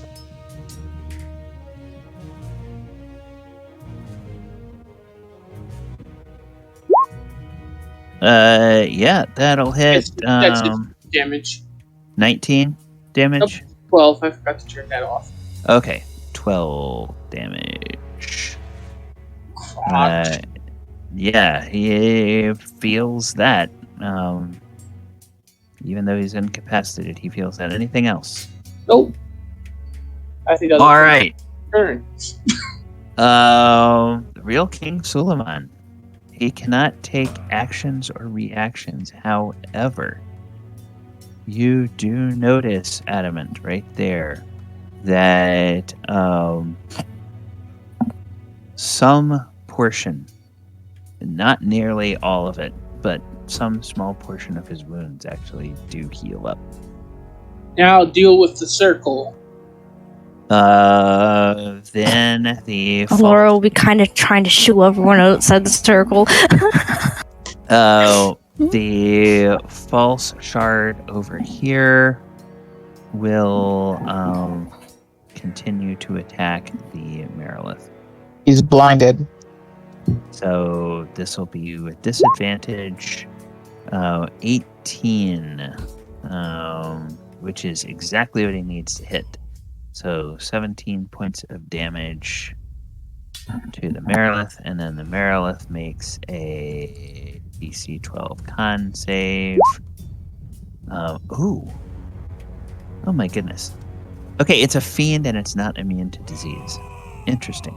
All right, so, or I guess that's a curse, right? It's not immune to being cursed, so it suffers the Mummy Rat. That seems kind of weird that fiends would be able to be affected by Mummy Rat, but oh well. That's the rules. Then the Desert Nomads. Okay, what do you guys want these folks to do? Well, this one could come up here and attack. but there are other ones. Okay. If they can finish off this shard. Okay, this guy would take an opportunity attack from the shard, so he's probably just going to pull out his thing and attack. Whoops. To avoid that, so 23, that's a hit for 7.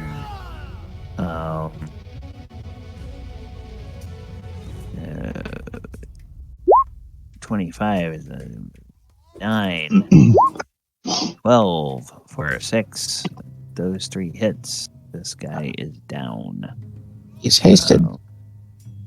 Yep. So that one is dead, and then he comes over here and he makes another attack against King Suleiman. He has advantage. Yes. So Yeah, super 25. advantage because he's blind and incapacitated. And he deals 10 damage to the King Suleiman. All right. So that is that. Oh, hey, and I think all of the shards are destroyed now. I don't think Yep. there's any shards left. Yep. All dead. He's not going anywhere. Yeah. So, all right. Oh, and then where were we were just kind of moving the nomads closer to King Suleiman in general. Galibar's new instruction would probably be to block any modes of escape. And get Okay. out of the circle. All right, so they'll kind of just maneuver around in here to do that.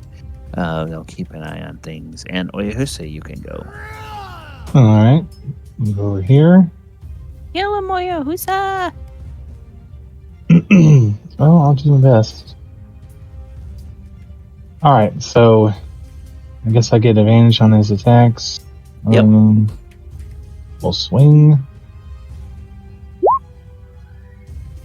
Ooh, that's gonna be a hit. Force damage. All right, so 24. I'll go ahead and.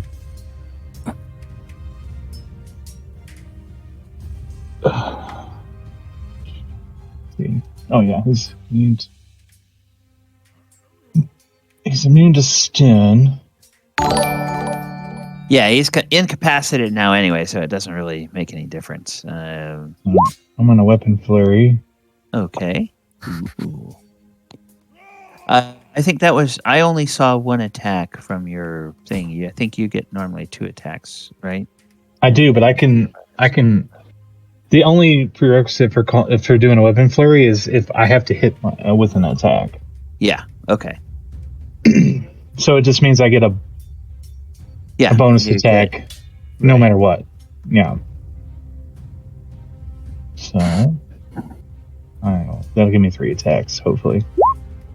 28. That'll hit for 16. And I will have to roll a d4. 16 Yes. is exactly what you need to hit. Oh boy. 14 and 2 is 16. So 12 and 19. That is 31. It's my Is he turn. bloodied yet? Nope. Actually, he is now bloodied after those attacks. Wow. Hey, if I hit him, he can't regenerate. So, yeah. Guys, it All right. Yeah, he is a tank. He is supposed to be a bad dude. All right. Gazban Ogre. Well, this Gazban Ogre is definitely mad at this king. And I don't think he ever imagined he was going to get the chance to bash this guy. So he's gonna. Oh, he misses. He hits for 11 points of damage. Then the other ogres will just work with the assassins to block the exits. Elora. You are up. Using our telepathic bond, I'll ask if we want to wait until the ogress and Elora's new crush is out of the circle or not, because You could the hit it berserker- over here. Yes, but I'm thinking if like this does an explosion or something, will they be like affected by it in the radius? No, just break the circle. Okay. Okay. At the It's- furthest point, trying not to hit anybody, she will use it Okay. to crash all right here. Okay. Down to smithereens. As she will do erupting earth.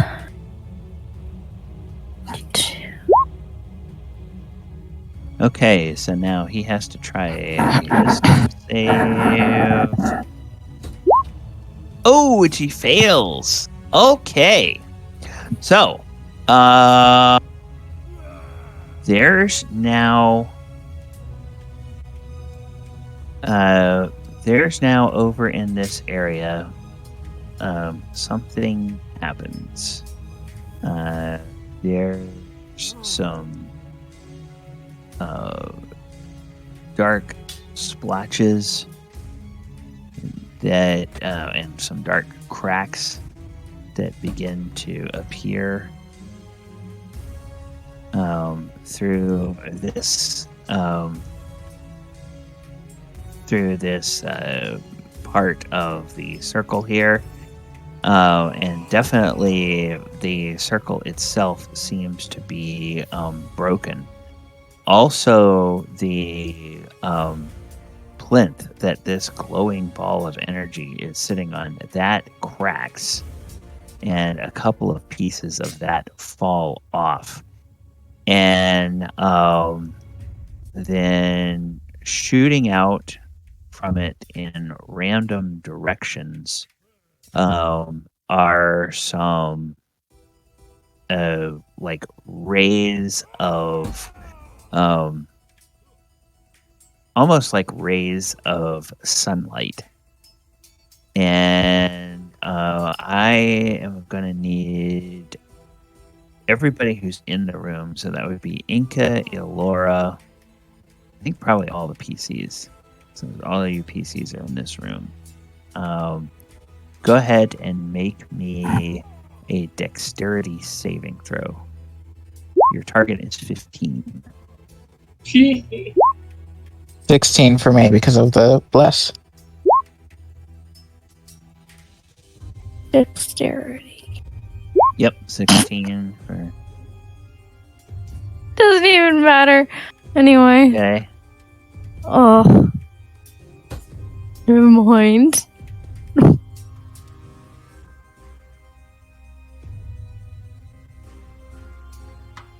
Hey, I thought I could actually use the feed for once. No. Okay, so success for Galibar, failure for Enka, Oh yeah. Failure for Adamant, failure for Elora. Oh yeah, here's a deck save. Yeah. Wait, here's a... If you Oh. can make a deck save. Yep, and DC 15, that succeeds. All right, so, Enka those has of you lost him. who... Oh, I have bless. Yeah. Yeah, you have bless, so roll a 1d4. Sorry. It's a DC 15, so you might get it. At least Oh, I'll no, only it's take 14. half. That's 14. So, all right.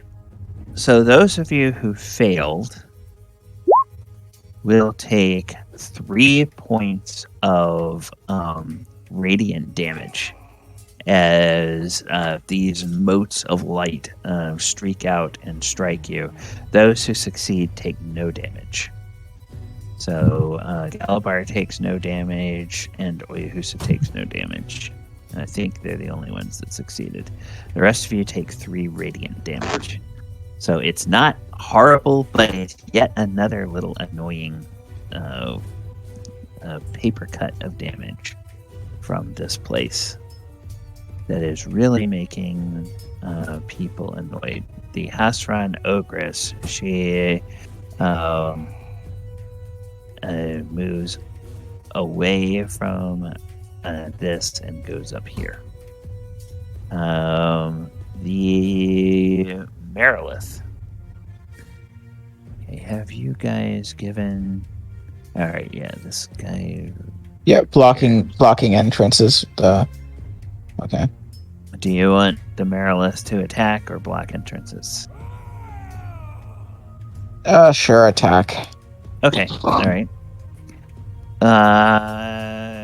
So she will do 1, 2, 3. That's a crit. 4, 5, 6, and 7. So all of the swords hit. The tail misses. So 23, 36, 49 and 8, 57 and 17, 74, right? So 74 damage.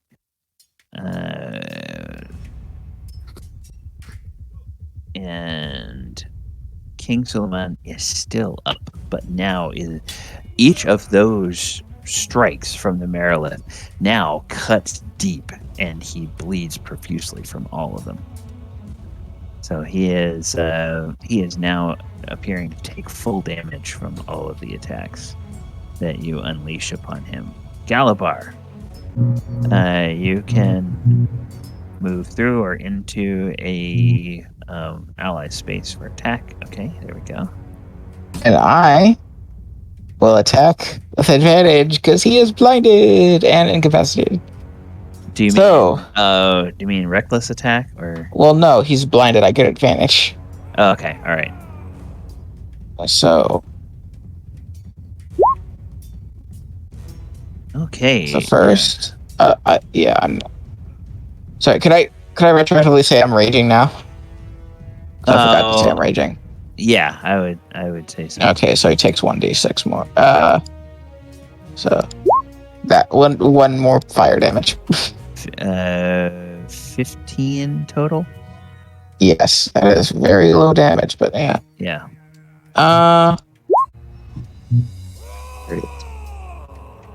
18 plus 6 is 24.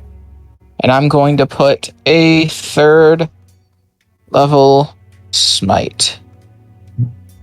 So let's see if it'll actually let me do this. Nope, I need to roll an additional 2d8. 2d8. Additional 12. And... Okay, so 10 and 12, 22. Yes.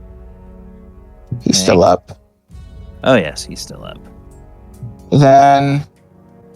That was 3 attacks. That was 2 attacks. And that was 2 attacks. And...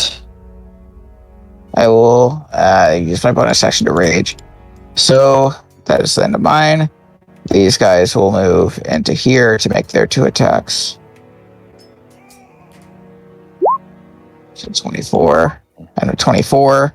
Yep, 2 hits. 19. Right here. And these guys will move in to make these 2. Ooh, that's a crit. And they will move back. So 17 and 12 is 39. Okay. Hey, Galibar. With the blow from your Berserker's Great Axe, how would you like to destroy King Suleiman? He's just gonna go for they're Berserkers. It's about they're Vikings. They're just gonna go for the decapitation. Okay. All right. So, when the killing blow lands, on King Suleiman.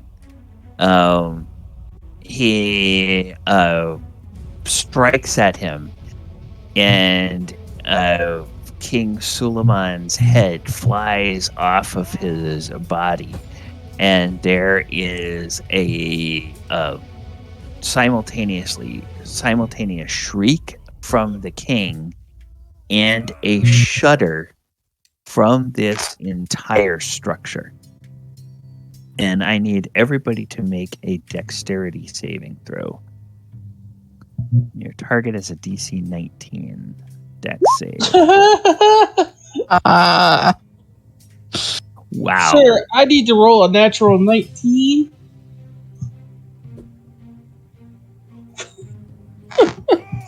You have bless. Oh boy.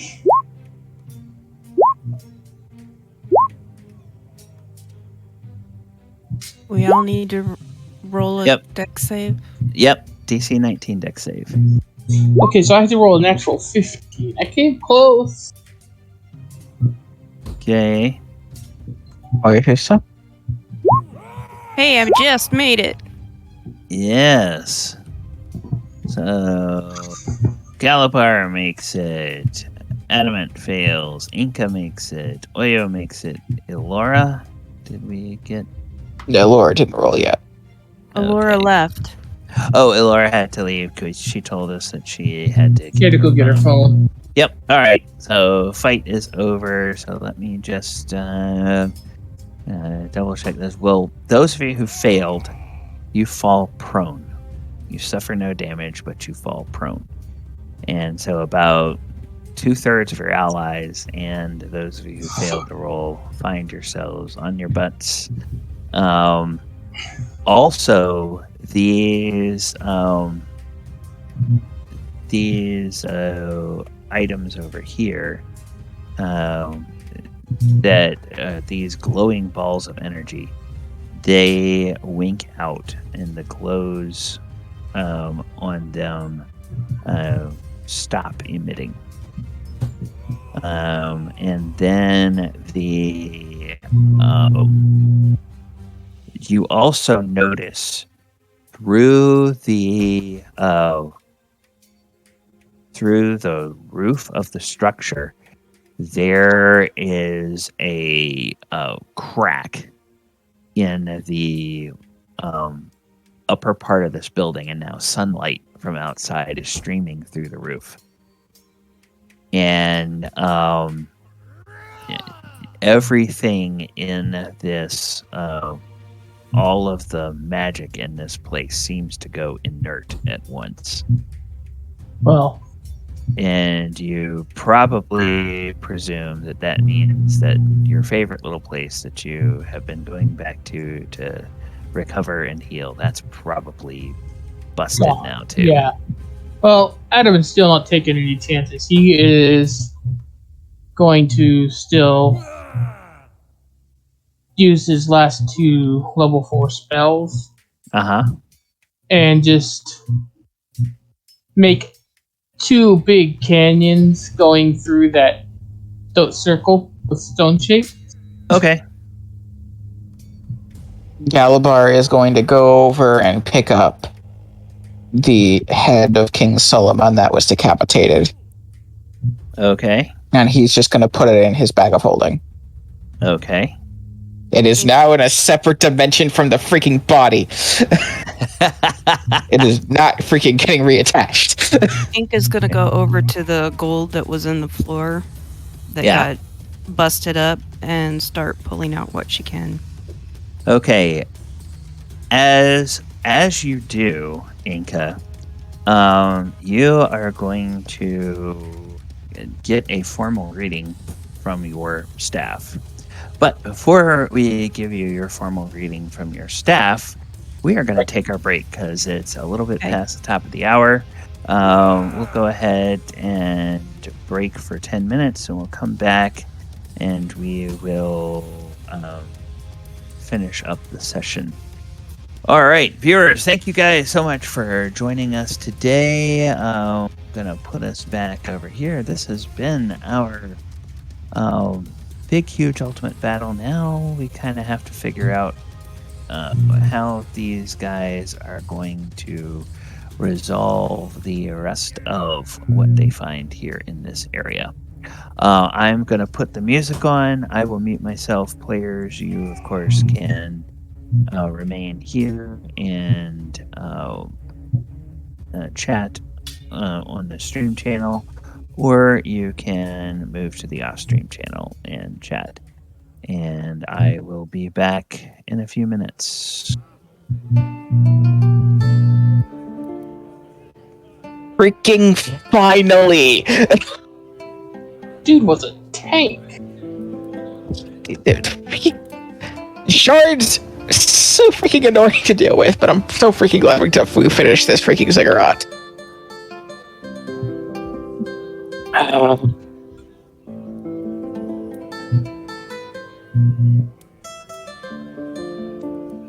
Now we can finish whatever we have left in this dimension and go have some downtime in Waterdeep.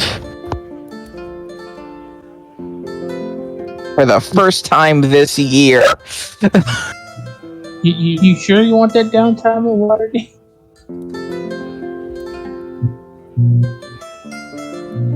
Galibar has stuff he wants to do. You sure you want Adamant to have that time?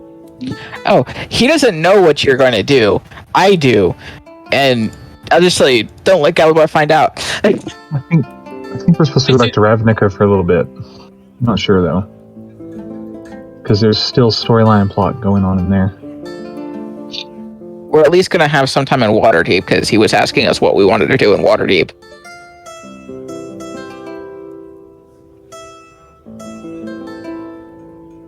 Most of the party has plans.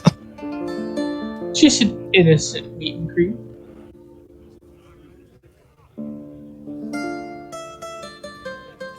How you doing?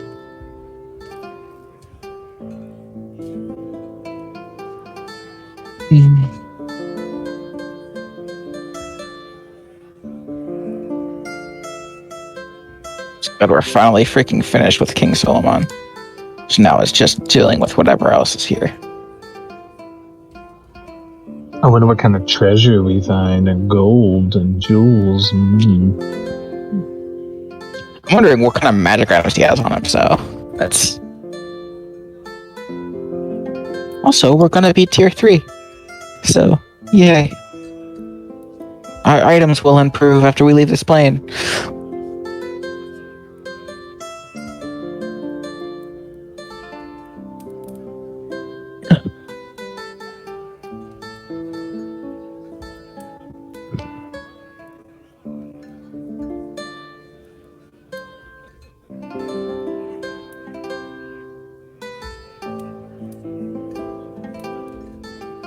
I get my improved draconic smite, so my weapons do it damage.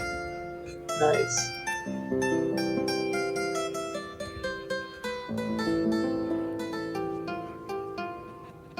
I'm just wondering what else my axe is going to do, because it already has a ton of the weapon enchant magic abilities.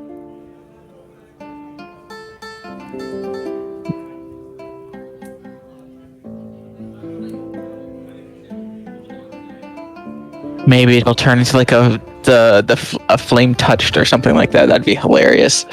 But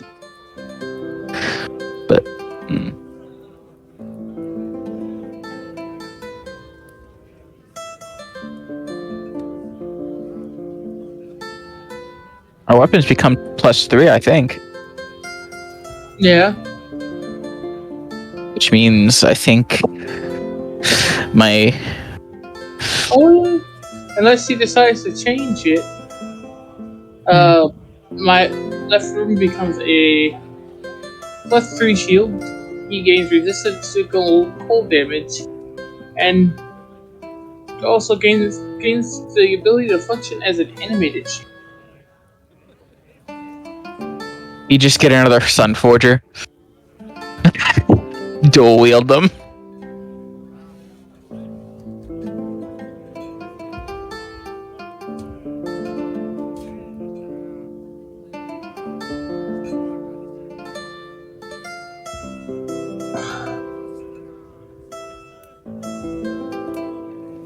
I think at level 12, if my axe doesn't already give me a similar ability, I might take Mage Slayer. Now look, Adamant might take offense to that. Why? He's a mage, man. Technically, so is Galibar. Everybody in the party can cast spells. Why are you going after your party, bro? I'm not, but he sends to throw like 8th level and 9th level spells at us. So Mage Slayer is the best choice. Man, that animate weapons damage was nasty. It's like taking.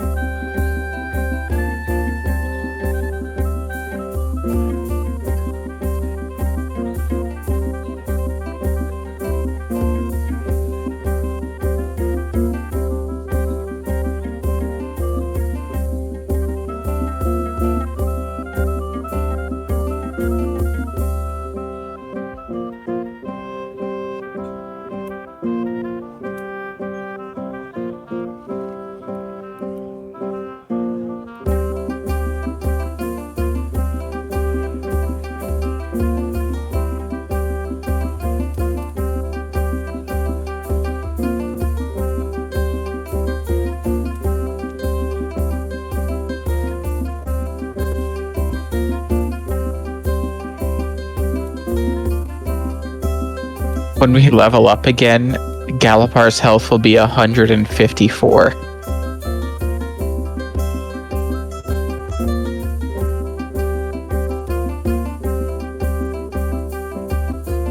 That's why you just take the average, huh?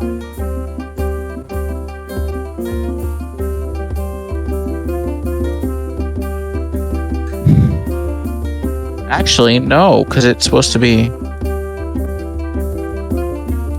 +1.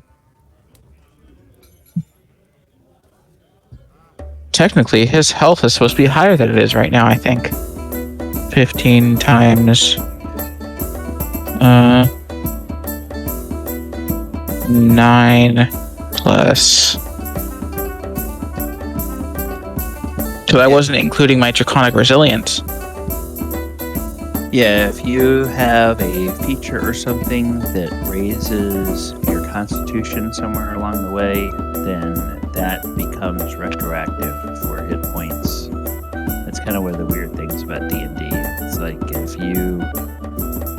if there's something about your character build or ability score increase or something like that that raises your constitution enough that it affects your number of hit points per hit die, then you just add those all the way back to the beginning of your character. So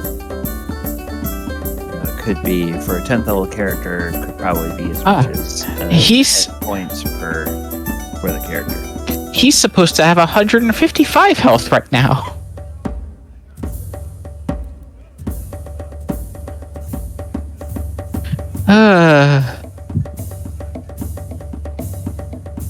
Because he's supposed to have 15 per level. All right. The countdown is about ready to end. I'm gonna bring us back over here. I'm going to put us back on our exploration music, and I do want to say thank you to the chat. Thank you to Bifey, who subscribed earlier in the session. Appreciate that so much. Hope you guys are enjoying this session today. This has been a fight that was a long time coming, and the characters finally had their showdown with the evil and wicked King Suleiman, and they were finally able to vanquish him and get him down. At the end of the fight, the Marilith turns to Galibar and bows to Galibar and says, "As it was foretold, so the prophecy has been fulfilled. Thank you."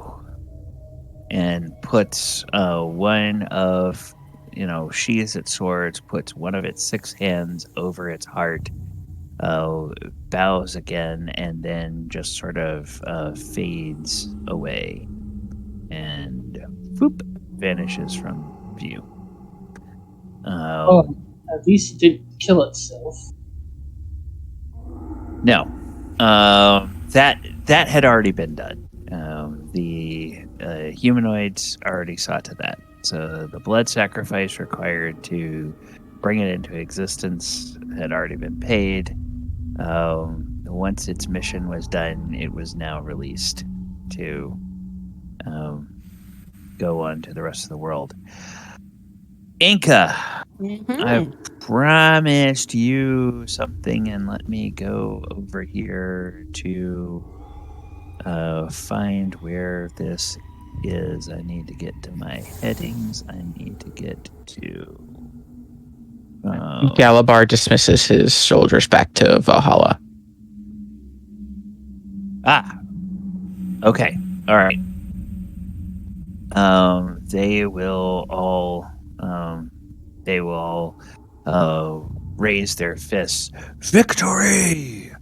And they will say to Galibar, call upon us anytime. We will tell the rest of the soldiers in Valhalla how much fun it is to fight with you. Galibar nods with a smile and does the warrior salute. Okay. The staff in Enka's hands says, just sort of seems to let out this huge sigh of relief and says, "Thank you. Thank you. I gather from... I think you have told me your name was Enka Yelka." Mm-hmm. Yes, I am Bazane. Once known as Bazane the Inspired.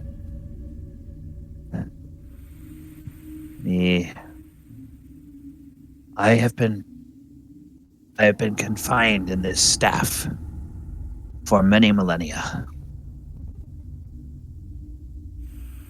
And my creator has enjoyed tormenting me by giving me to some of his allies in order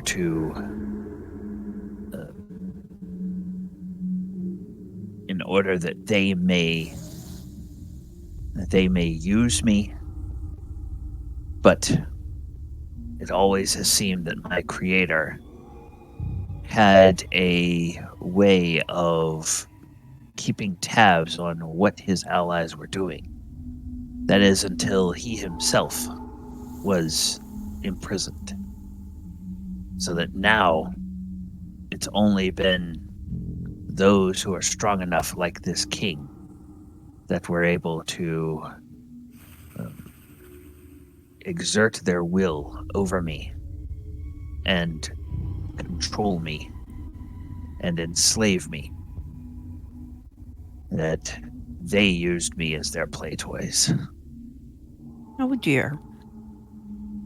But now, I no longer have anyone enslaving me. I do not know a way of being freed from this. But since you have freed me from this slavery, I cannot grant you wishes as I once did when I had my elemental form as a Djinn. But I can serve you as an ally, and it would be my pleasure to do so. As she's gathering up bits of gold and everything and sticking them in her bag of, or haversack of holding, or yeah, I believe that's what she has. She, in her mind, she's listening to him talk and kind of envisions herself or projects a mental picture of herself to him, and she bows politely to him. Says, well, if there is ever a way that I can someday release you, I will do my best to do so. I do not like to think of people being held against their will or, that kind of stuff. But I would appreciate your friendship and be more than happy to protect you as I can, and have you be a partner of sorts, if you wouldn't mind. I would be honored. And then there's kind of this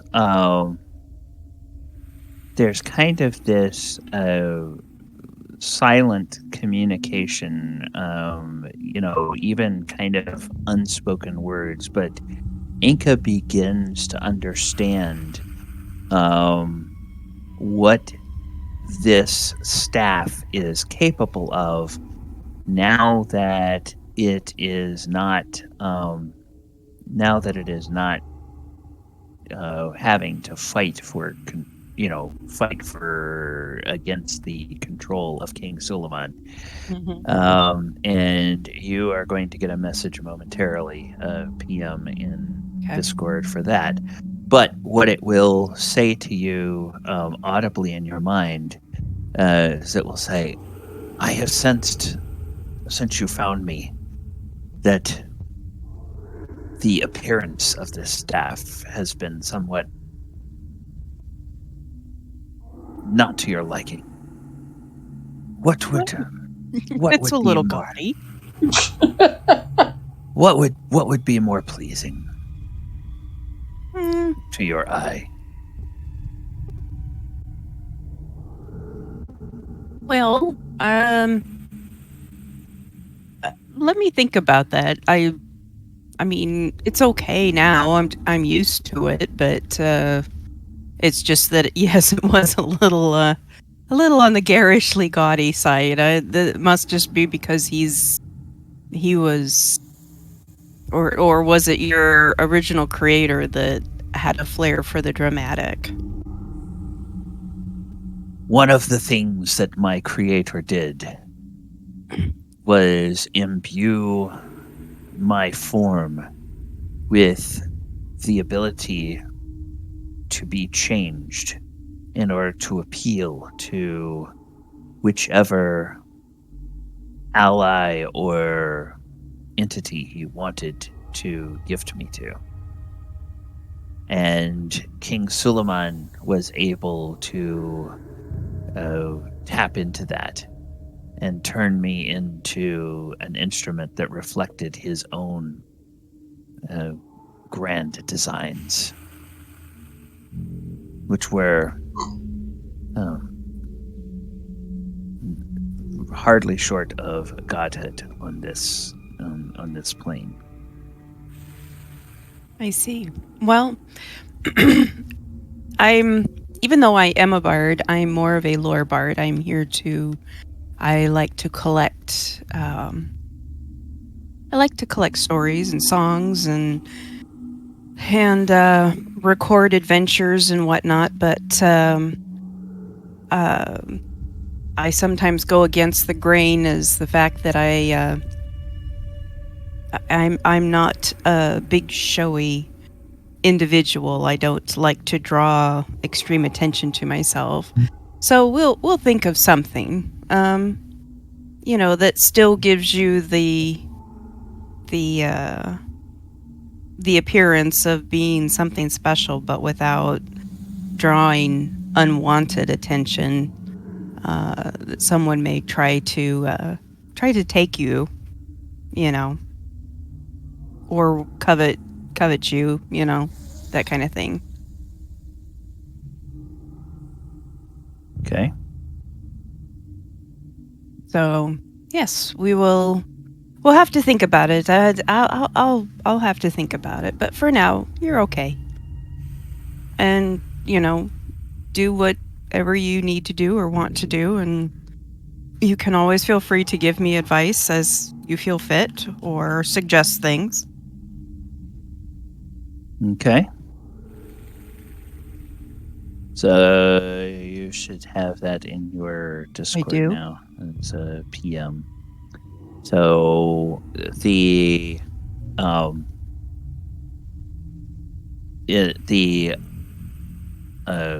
lightning and thunder powers of the staff seem not to be part of its makeup anymore. It now has a different set of powers.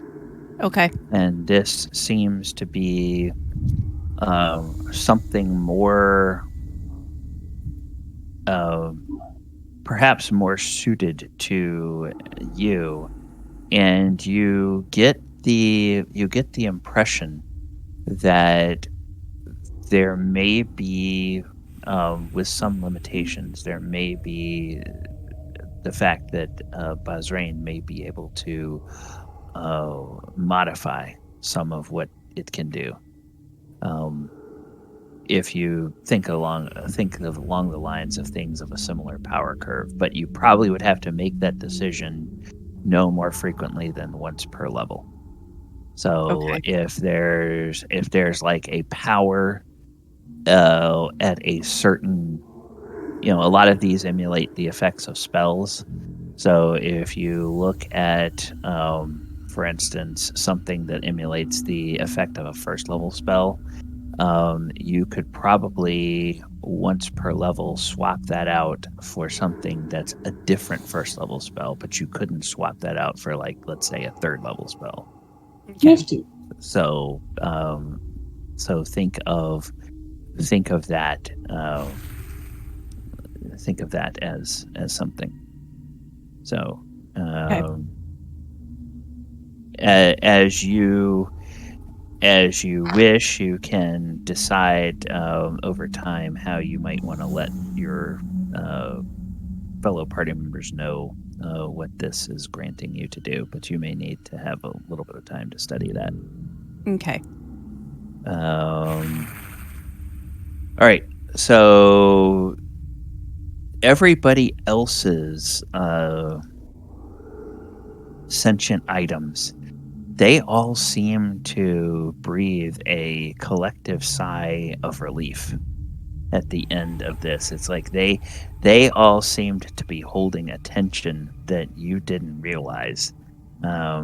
Even Tatsumasa, even Lefram, who are normally implacable and unflappable in terms of just sort of dealing with whatever comes, they seem to be relieved now that this King Suleiman is dead, and this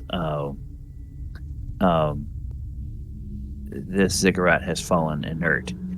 The next thing that you all notice is through that rent in the ceiling, where you can see open sunlight streaming in. You are hearing the sounds of confusion, and then gradually it starts to build towards the sounds of cheering from outside. That as though something has happened outside that the people are finding brings them joy.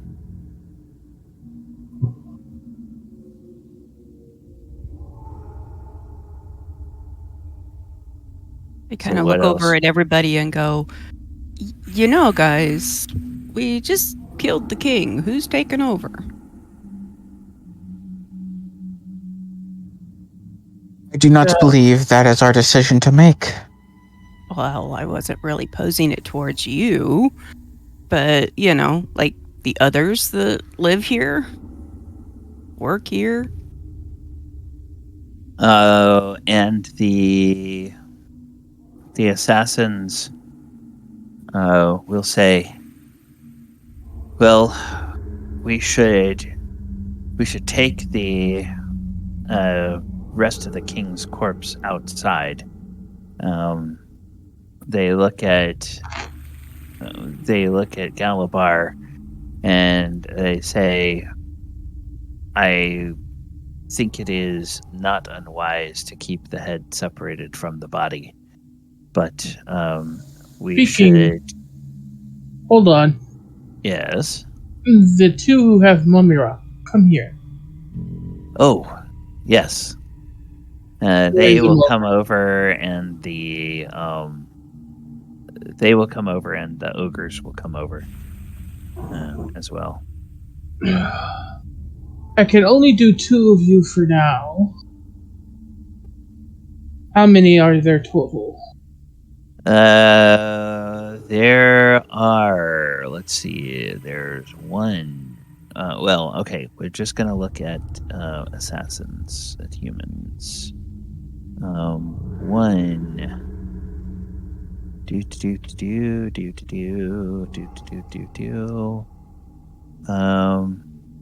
Gosh, I think there's only. Is that? I know there's the right? 2 humans that have the mummy rock. Okay. Then there's the ogres. I only see one human with mummy rot, and that's this guy that went up to check out the.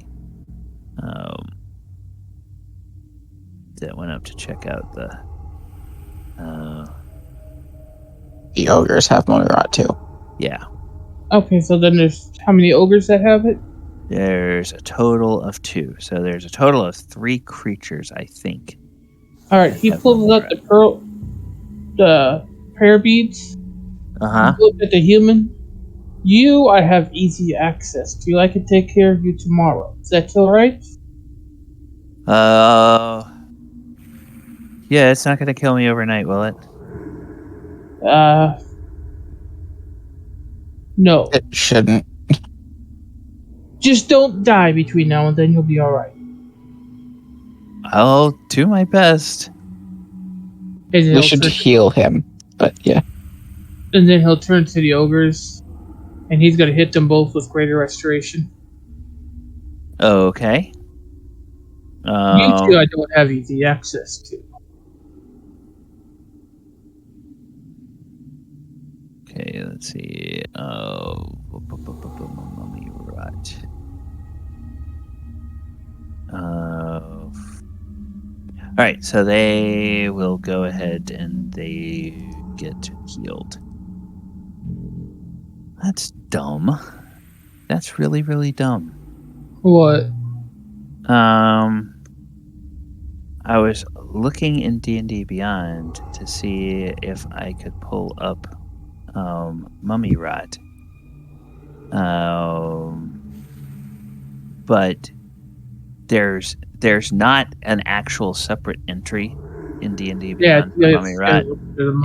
There is an entry for mummy rot antidote. That's like, okay, Curse creature can't regain hit point for every 24 hours. Okay, all right. So yes, this other guy is not going to die in one night. He's hurt, he's bloodied, but he's not that hurt. Yeah, this other guy, he will turn to him. Yeah. And he will hit him. I have no more those. Okay, so cursed target cannot regain hit points. Cannot regain hit points. So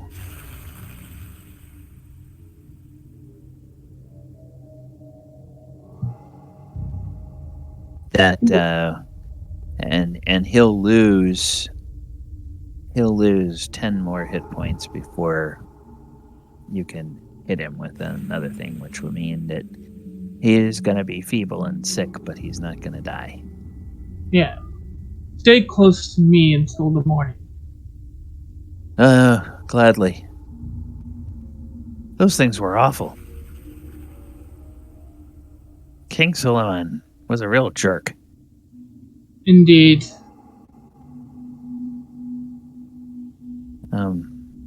But yeah, several of them will grab the king's body. And then let me see. I think there's some goodies in here. Yeah, so we'd be checking his body for magic items and stuff like that. Yeah, I think there are some goodies. If I had gentle repose, I would be using it on his body. Okay.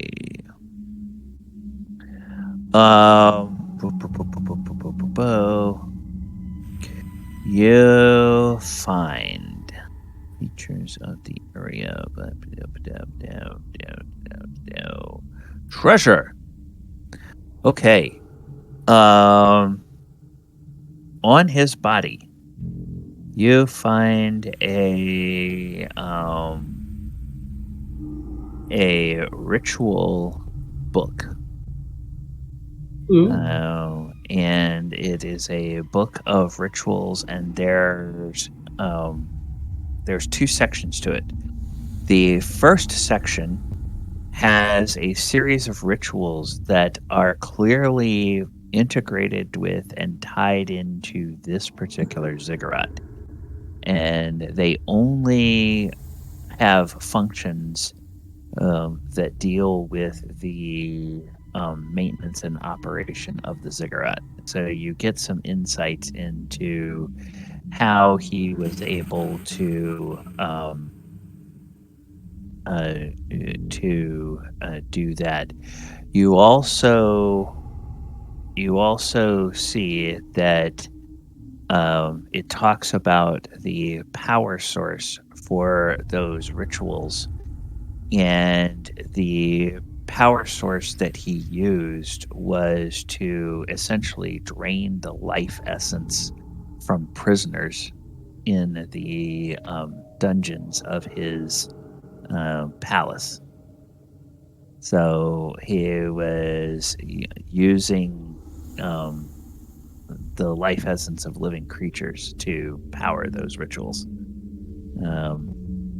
And it indicates some of those rituals would take as many as 10 lives to power. Others would only take like 1 to 2 or 3 to power. Then the second section of that, there are 3 ritual spells, and I am leaving it up to you all which spells those are. I'm writing down everything as you're talking this over. Yeah, there is one, and by ritual spells I mean spells in the 5e spell book that have the ritual tag on them. So there is one 5th level ritual spell There is one 6th level ritual spell, and there is one 7th level ritual spell. Is there a 7th level ritual spell? I thought there were spells all the way up that had ritual tag on. No. I think so. Hold on. Let's see. Not all the way up. View all spells. And let's do the... There are very little ritual spells in D&D. Okay. Ritual. Yes. Filter. Okay.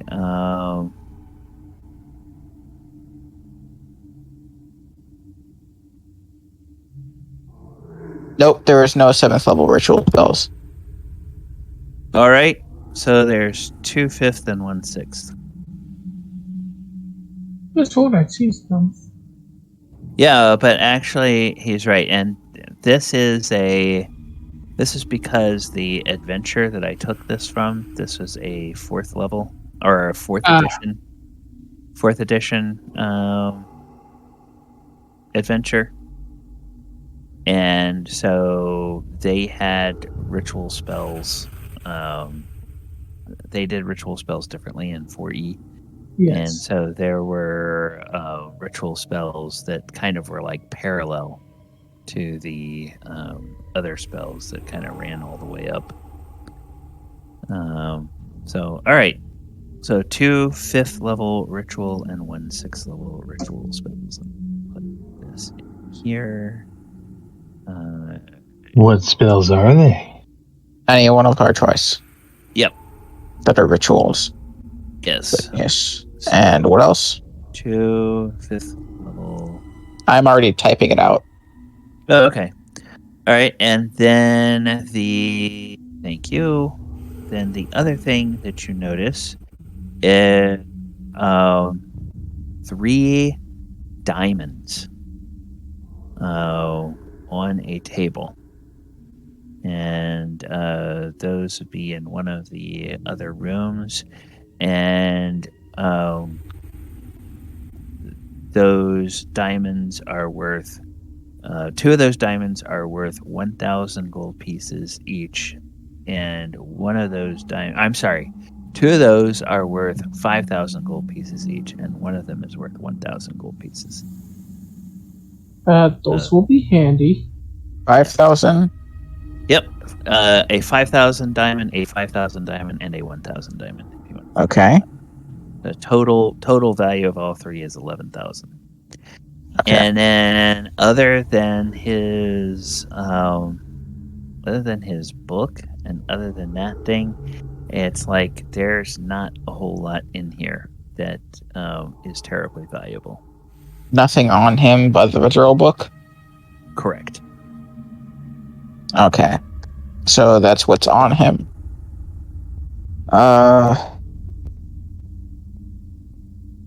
Galibar will turn to the ogres, say he'll let them have the weapons and they can go off and live whatever life they want to live now. Now that this place is done. They all thank you.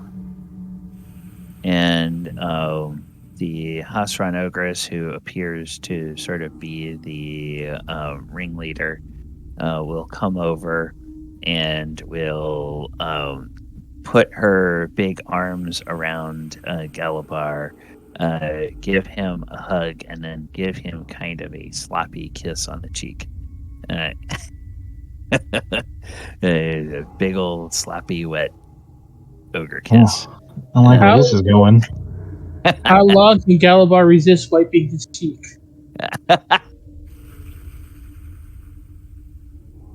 And then after she does that, she will thank all of you and will say, "Come on, boys, let's go."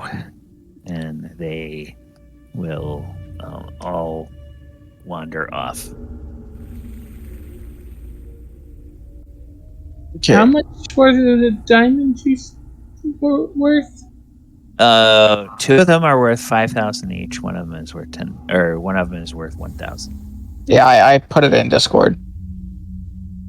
Galibar is going to go and get the dragon type creature that he had Okay. befriended. All right. So, Is there anything else we need from this room, or can we say we just go and loot the rest of this ziggurat or something? yeah, you guys can go ahead and loot the rest of the ziggurat. You know, there's gold in this floor here. Yeah, but Galibar can't get it out. So he's going to go off and do other things. Yes. That's a good point, Enka. I'm going to say that, you do have a forge cleric who specializes in fire. And gold can be melted down to a liquid form. So, isn't it one of the easiest metals to do that too? Yeah, it's got a very low melting point. So, if Adamant wants to take the time to do whatever he does, I'm going to say with maybe a couple of hours work, you can can pull. Go ahead. That's gonna be a lot of gold. Yes, it is. Yes, you will pull out of here. Let's see, there's 5. We'll of be you. set for a while. Yeah. You wind up pulling out 50,000 gold pieces worth of molten gold, or gold that See, told you. put into that, and that pretty much exhausts the whole channels. Oh yes, and the other thing that I should have done, I should have indicated, which I did not indicate, because I did not go to the correct layer to do it, is that the moment that King Suleiman died, this glowing sigil in the floor disappears. Yay. Right. Goes inert. All that gold gets turned into gold bars. Yep. Okay. He uses Fabricates. Yeah, he can't use fabricate. Well, if that golden sigil disappears, he would use the stone shape. So never mind. He'll use fabricate to turn all that gold into ingots. Yep. Okay. Okay. All right. Consider that done. It takes a little while, but it's done. How much is it worth? 50,000. 50,000 gold pieces. Gold pieces. Then he just has to figure out where the hell he's going to carry all of it.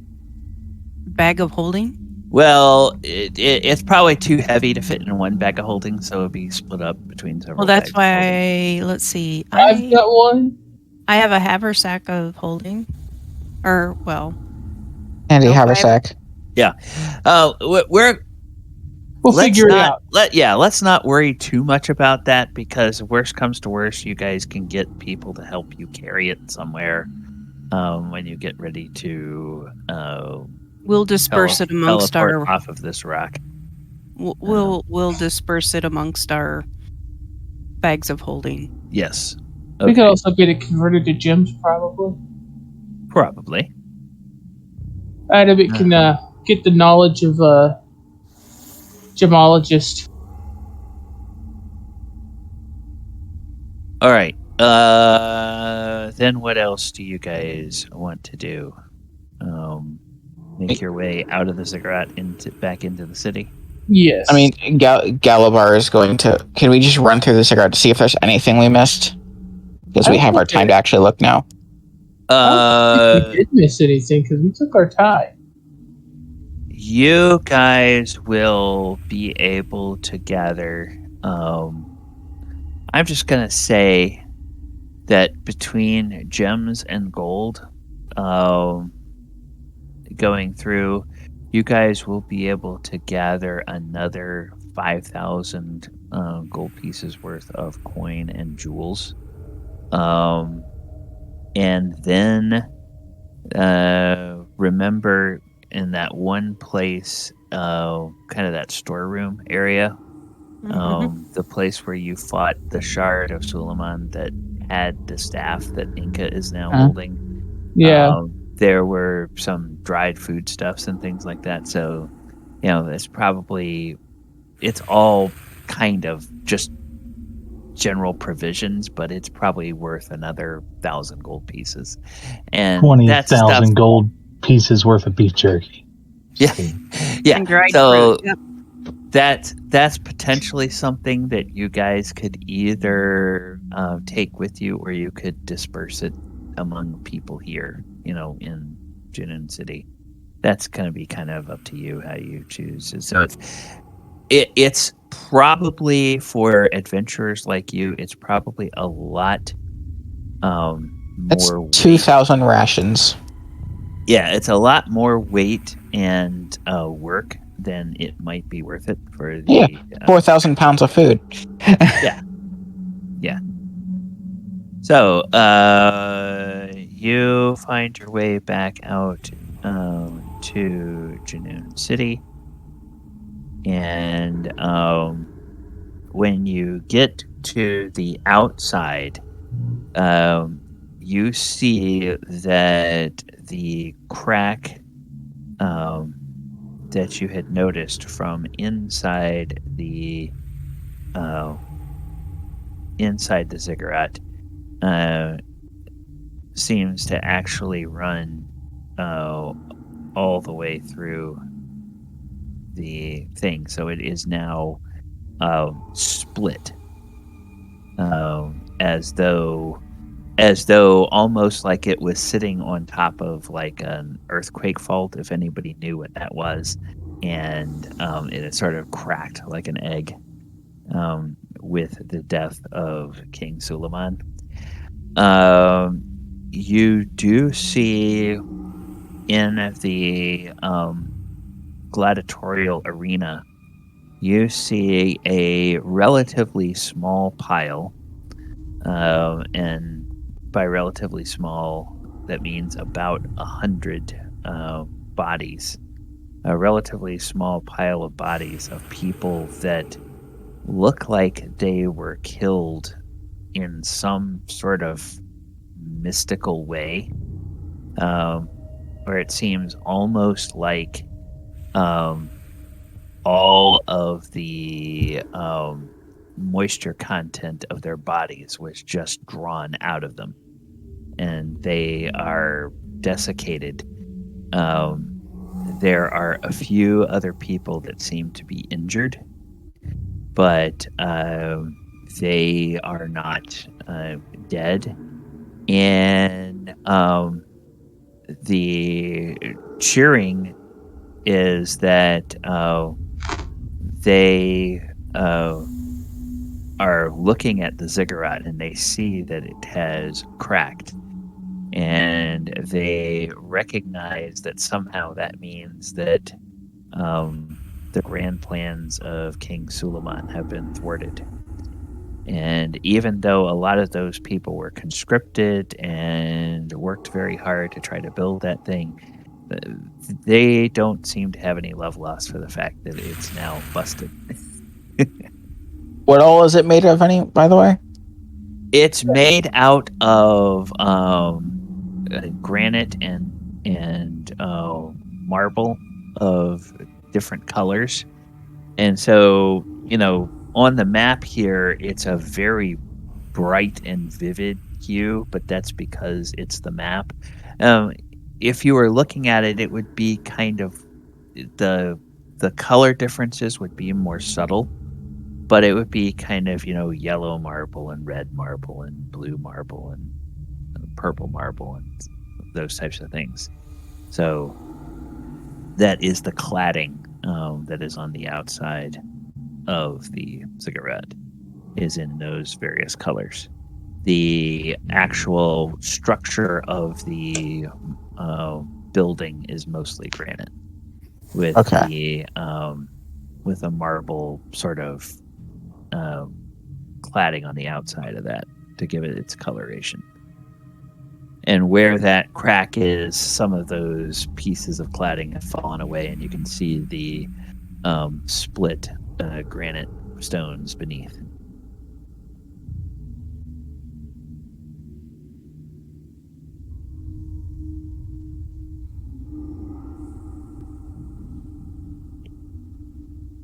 So there's the assassins run around and they start taking word of what has happened to different people. And in this area, King Suleiman and his viziers. By the way, Go ahead. I still have Varellus in my bag. Oh, yes. Oh yeah, did we find her body? Yeah, you found it early on. He was doing some sort of... He turned it into a flesh golem. yeah, he turned it into a flesh golem. So she's just now, She's stuck like that, huh? yeah. Well, Technically, you can cast regenerate on her. yes, there are several magical effects, and there's one magical spell that we know of that... Resurrection, I guess. yeah. No, regenerate can regrow body parts. Yeah, there's regeneration, there's resurrection, there's that one that Des has access to in the Wednesday night game, that could bring it back as not necessarily in the same body though. Bring the spirit back. Reincarnate, yeah, there you go. May I? So those spells are bumping around. Whether you would have access to those here or whether you would have to go somewhere I else. could get Well, ready instead, I'll but that's ask her. That's a little past her due date, I think. Yeah. I'll ask her what she wants to do. Does she want to go back with us? So it's Or regenerate at the moment. Okay, hold on, Pete. Question is on the table to Varellus, and Varellus will say, "Well, there's nothing for me here now, and all I have here is the memories of that horrible Suleiman and what he did. If I never see this place again, it will be too soon. So yes, if there is a way that I could be taken from here, I would like it. However, Okay. if this is the only place that I could be restored, then I suppose restore me, and then I'll look to find my own way out, away from here." Galibar will say, maybe the black staff would be able to help. Actually, I'm pretty sure the clerics at the Moradin's temple could help. One of the diamonds that we found could surely pay for the cost of resurrection. Oh, well, I would be in your debt, and I would gladly work to repay that. You know, when we go back, I can take her to the temple. Very well, I appreciate that. And then a couple of the viziers will approach. And let me see, I need to get a couple of names here. So let me see, you have two different names that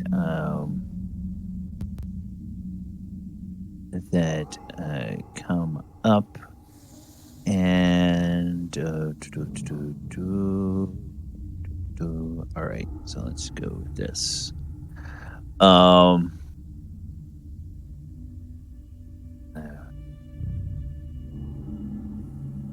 right. Two of the viziers that approach you, coming up with the assassins. They identify themselves. One of them identifies himself as Sufyan. Another one identifies himself as Kasim. So, Sufyan. Wait. Sufyan and Kasim. Two viziers that approach with the assassins after the battle. And they say, oh, we do not quite know what to say. We know that something horrible has been destroyed, but we are not certain what the future will hold for us. We are part of the ruling council of viziers that advised King Suleiman, but when he fell and when the ziggurat cracked, we realized that much of the potent magic that we had been able to tap into is now no longer available to us. We each underwent a ritual when we became viziers, a ritual conducted by King Suleiman himself. And apparently that ritual imbued us with additional powers, but tied those powers to his life force. So we do not yet know what is going to happen. And then while you're talking to him, there are a group of soldiers, some of them who are ogres and some of them who are humans, that come racing up, and they're kind of out of breath, and they have this look of wonder on their face, and they say, "It's miraculous. Over in the brickyards, a fountain has erupted. There's water pooling. There's water pooling in the area of the brickyards. Water. Indeed. Fresh water."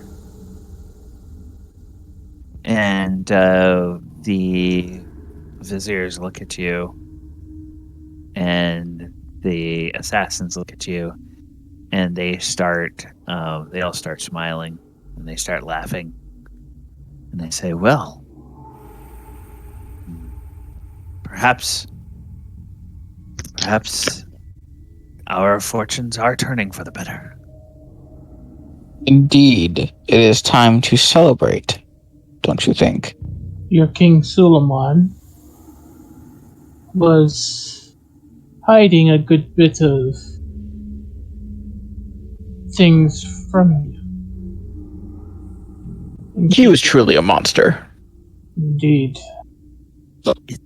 It seemed so. Do you have a sense of what it was he was trying to do? He of course had a grand purpose for building the ziggurat, but he would only speak in riddles and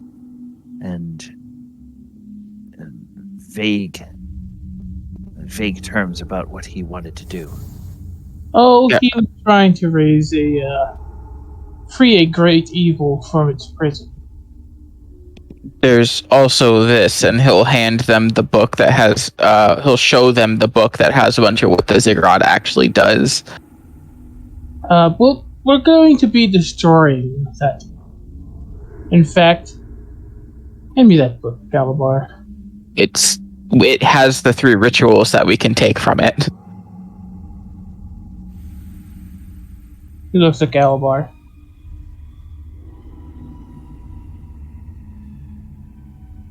It is still of use to us. In fact, we could probably give it to the people we're working for, and they could figure out a way to stop this kind of thing from happening again.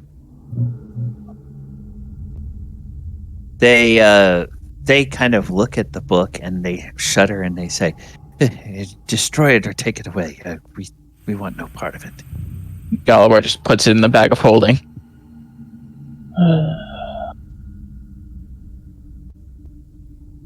The people in Ravnica can study those rituals and figure out a way to take them down. I don't know if I want to give that to the people in Ravnica, to be honest. And Vizier Sufyan will look at Galibar and say, "What is this Ravnica of which you speak?" Well, it is a place much like this world, derived of most forms of nature, but they are much more technologically advanced, both in magic and in some other ways. They are the ones who sent us on this mission to kill this king and get, I guess, some metals that we were supposed to be collecting, like some iron or something.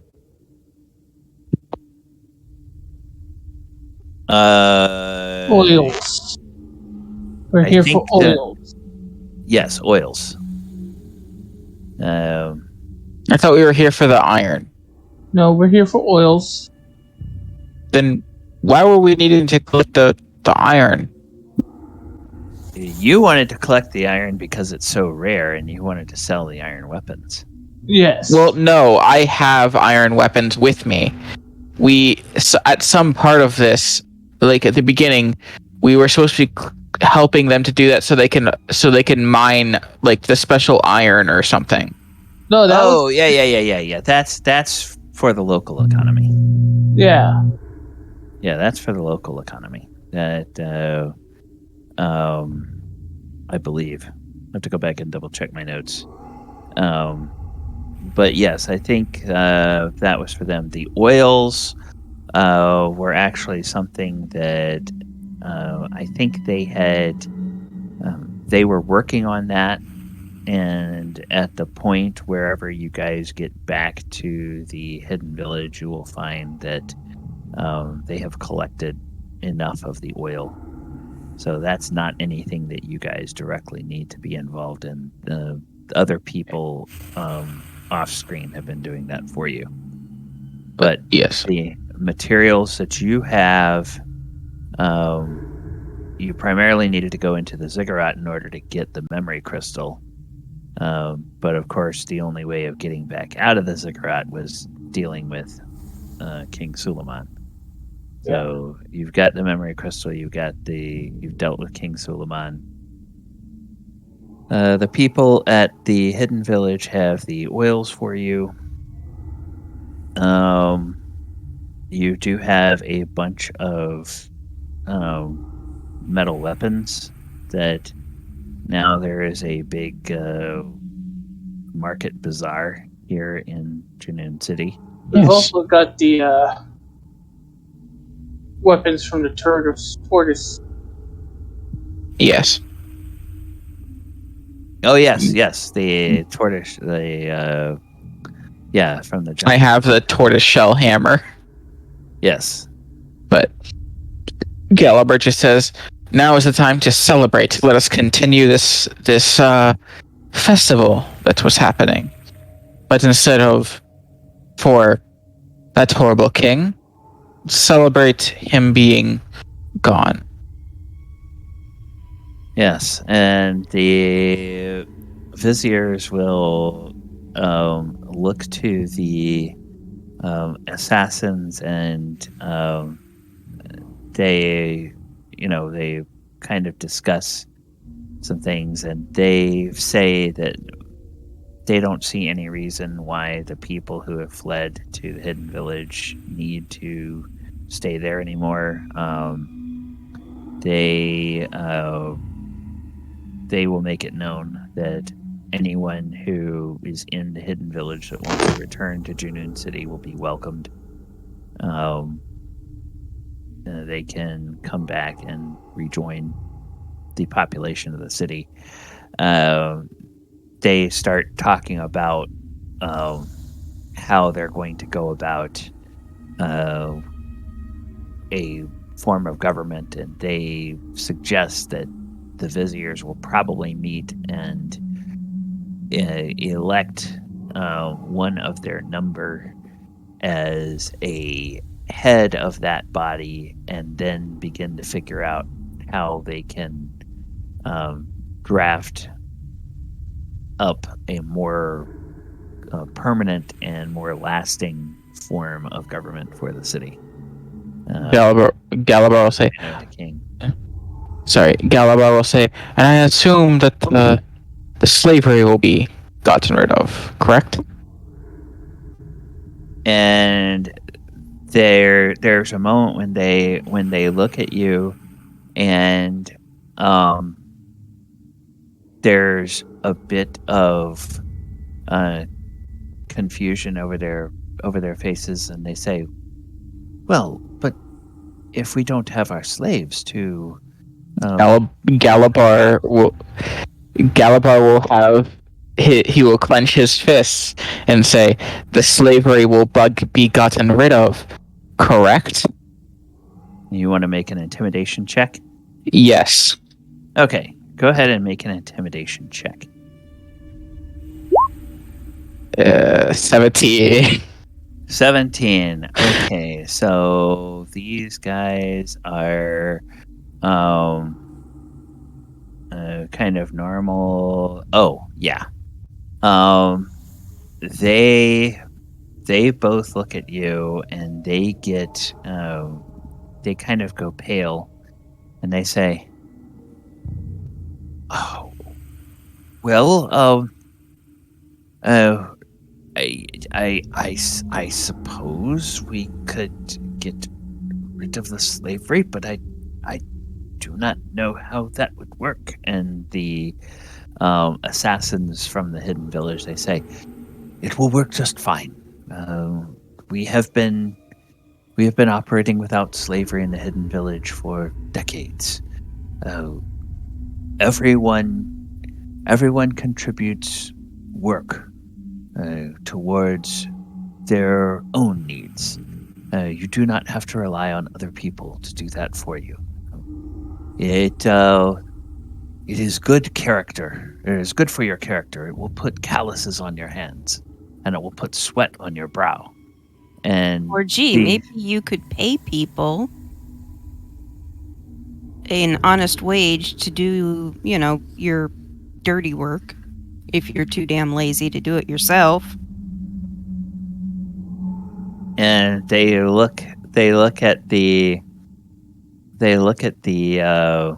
assassins with talk of calluses and sweat, and they kind of shudder, and then they look over at Enka with talk of paying people, and their brows furrow, but they kind of look at each other, and then they shrug, and then they look back at Enka, and they say, "Well, if we must pay, then I suppose we must pay. But as a slave owner, you have to pay so much anyway. You have to pay for the food and the places that the slaves live. It is a much preferable existence than begging on the streets." Well, honestly, you'll find if you're paying wages, that it builds the economy, and you'll do much better money-wise. Besides, if you say perhaps change over your slave quarters into more habitable home-like buildings for, say, a family of someone Sure. that's a servant, it builds the fact that they're willing to do these things for you. Sorry, I'm drawing an absolute blank at the word. I had it on the tip of my tongue. Charge a fair rent. Loyalty. Yes. You can earn a person's loyalty, and they will work honestly and hard for you as long as you pay them a decent wage and at least help provide cover over their head, someplace that they can stay at so that they're right at hand to be able to serve you. But you have to be fair to them. You have to at least give them some time off. You have to, allow them to have some of their family time, etc. You can't just tell them to do everything, all day long. I'm sorry. And So- they seem to understand the words that you're saying, but the They expression don't like on them. the expression on their faces is that this is a concept that is thoroughly alien and unknown to them. And a couple of the assassins, they kind of roll their eyes, and then the assassin leader walks over and claps one of them on the shoulder and says, "Don't worry, Vizier. We can help you with this transition. We've dealt with that." And the guy kind of looks at him like, you touched me, but then he realizes, okay, yeah, I guess things are gonna be different now. Good. Yeah. So after a while, they will take their leave. So you guys want to at some point sell your weapons. Yeah. You have sort of Yes. a big party montage, which can all sort of happen at the same time. Somebody start counting up how many of these steel weapons you have, and start making a total of that. I have 300 gold pieces worth of metal weapons to sell, which for this place, I think you said just add 2 zeros at the end of that. So Yeah. 30,000 gold worth of steel weapons. I've got Yeah. 2 shields left and 7 rapiers. So she's included. Yeah, I think those are worth like 30 per shield and 75 per rapier. right. So you can go ahead and figure out how much that would be, add that to your coffers. And then in terms of the players that are here, I'm going to start going left to right on the screen and just see what people want to do during the celebration time, if anything in particular.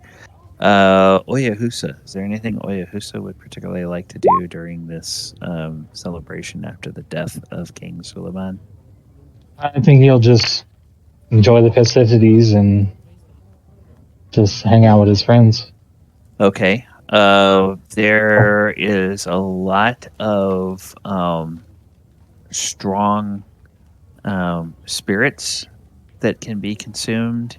A lot of them that are distilled from things like dates and other sorts of desert flora. There's all kinds of roasted meats that would be everything from kind of mammalian meats to reptilian meats. Probably from the various different types of animals, animal life. There does appear to be a delicacy that you find that some people are very quick to offer up, which is candied arachnids. So there are Candied there are- spiders. well, both spiders and scorpions. And you are told that that the that eating the stinger of a candied scorpion is considered a kind of a rite of passage for some of the young men. Of course, it is the rare instance that someone will actually eat that and wind up dying. But most of the time, they survive. They just tend to get sick from it. But that is apparently something that they enjoy doing. Then and then of course there are some root vegetables and those types of things that get grown in here that you find as well. So that's what Ken finds, and then that's what Oyohusa finds, and there's a bunch of music, and it's sort of like this typical Middle Eastern desert kind of drums and woodwind, sort of flute and everything like that, music and the type of melodies that you might imagine from that. So Adamant, anything that Adamant would like to do during these festivities? He is going to mingle, but I'm sending you a whisper on roll 20. Okay. He's going to do while he's mingling.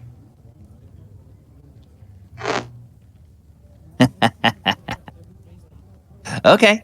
All right. Sounds good. Appreciate that. And Galibar, anything that Galibar is going to particularly do during this celebration? Well, he is going to sell his weapons, Okay. and then he is going to... Are the ogres still here, or did they leave? Like, the ogres just in the town? Oh no, there are still a number of ogre guards that are here in the town. The ones that actually accompanied you inside the ziggurat, they took their leave of you. They may still be somewhere. If you ask after them, you might be able to track them down somewhere in the city. But He's going to celebrate this celebration with the guards, and if he can find the other ogres, them too. okay, Oh, all right. Adamant is also going to make sure that the assassin he's got following him around, so he can keep an eye on him, is having a good time as well. Food, drink. Okay. All right. Yeah. He steers clear of lots of people want to offer him some of the candied scorpions, and he steers clear of those. But he will partake of the other food. It's just like, yeah, until you're able to cure this, I don't want to take any chances. Understandable. And so that's what happens there. And last but not least, Enka, what Yes. are you doing during this celebration? Well, I will sit down as the festivities are going. I will avoid the candied arachnids. And don't laugh at me. I don't like that crap. And then she will pull out one of her journals and begin writing down all the details that she can remember from the entire trip through the ziggurat. things they encountered, when they encountered them. Basically, just trying to capture everything that she possibly can before she forgets about it. I'm so sorry. And then we'll also, occasionally have a small drink here or there, but she's going to try to stay as sober as possible because she wants to ask some of the questions for some of the people of, stories, where they came from, how they survived all of this, like some of the people, because we've got the Hidden Village people information, but we really don't have the people that were stuck in town, So, yeah. So she's just basically doing her thing as a lore bard, as she just normally would. Okay. I know that seems weird, but No. That's perfectly in character for what what Enka has done ever since going off with Tamio, long before she Yeah. met these folks. There's kind of being involved in what goes on, but also being observant and making sure that she documents what is discovered. During that time, you will also get sort of a stream of consciousness or bits and pieces here and there. You get a little bit more of a backstory on your item, and then I'm gonna let you decide how and when you share these details. yeah, With it'll probably wait till we get back. with the So- rest of the details, or with the rest of the party. So that is now in the Discord for you as well. Okay. So, all right, That's it. and yeah, okay. So that that carries on for the celebration goes on for another couple of days. The next morning, Adamant, you are able to remove the curse of mummy rot from the assassin, who is very grateful. Some of the people that you met from the Hidden Village, they come back into the town. Let me see, where did we go to the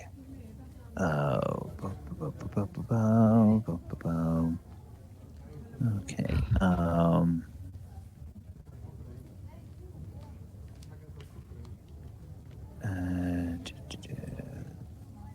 There, let's see.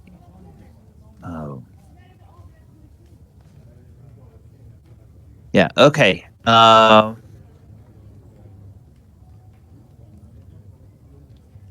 Actually, Chris, Yes. give you DM inspiration because of a good memory. One of the things you were here doing was looking for something called organic iron. So there is a quantity of that you were looking for, and those guys continue doing the mining, and they've mined that as well. And that is required to be taken back with you. So that is a metal that there was. Abu Jafar, who is sort of the first among equals, if you will, the person that they all kind of elected as the leader of the Hidden Village. he comes to the city along with most of the people that were living at the Hidden Village. And they will begin working on drafting up some like form of government, which is it's going to be more like a constitutional monarchy. They will elect their monarch, and it's got a weird setup because the monarch will then have sort of a hereditary title. However, if the people that sort of are elected into the Senate ever have a vote of essentially a vote of no confidence, they can essentially depose the monarch through a vote and then elect a new monarch. And then there's a normal cycle of elections for the senators who get elected and serve terms for a certain amount of time, and they kind of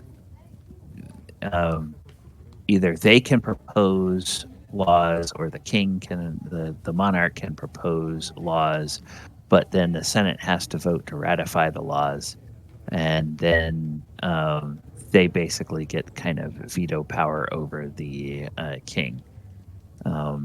The monarch gets to do things like appoint judges and officers of the court and various ministers that occupy certain things. Those ministers serve for certain terms, and then they are those posts are ratified by the Senate as well. So it's kind of a system of checks and balances and kind of a mixture of a monarchy and a democratic government. Something a little bit strange, a little bit different, but it seems to be what they're all happy with. And on the first full day that you guys get back, I'm sorry, I gave you the wrong name. Abu Jafar was a someone who escaped from Junoon City and went to the Hidden Village. The leader in the Hidden Village is the fellow named Sinbad. So Sinbad comes and tells you on his second full day, he says, I received a message, the sending that you spoke about from your Blackstaff. She was asking if I knew if I had any update on what had become of you, and I told her that you had prevailed, and she asked that you get in contact with her. Oh, I will contact her momentarily. What did Elora do the night of the... Oh, she was able to join us again? Yes. Cool, okay. Yes. Elora, they finished up. There was a big celebration, a big party, essentially. Anything in particular that Elora would have wanted to do during that party? Besides celebrating with the group, Oyohusa, Adamant, Galibar, Enka, the other thing that she would want to do is make sure that all of the slaves that were kept under his foot were let go and hopefully brought on the passage of their way home. because there was at the other village that we went to before this and got the help. The one with the turtle, Yes. I believe, had a slave problem, and they asked us to release them. Yes. Bring them back. And Galibar successfully intimidated the essentially the visitors, who are kind of the people that were the hand-picked. So the slaves You might- will be released. Yeah. Right. Yeah, Yeah. the hand-picked helpers for King Suleiman.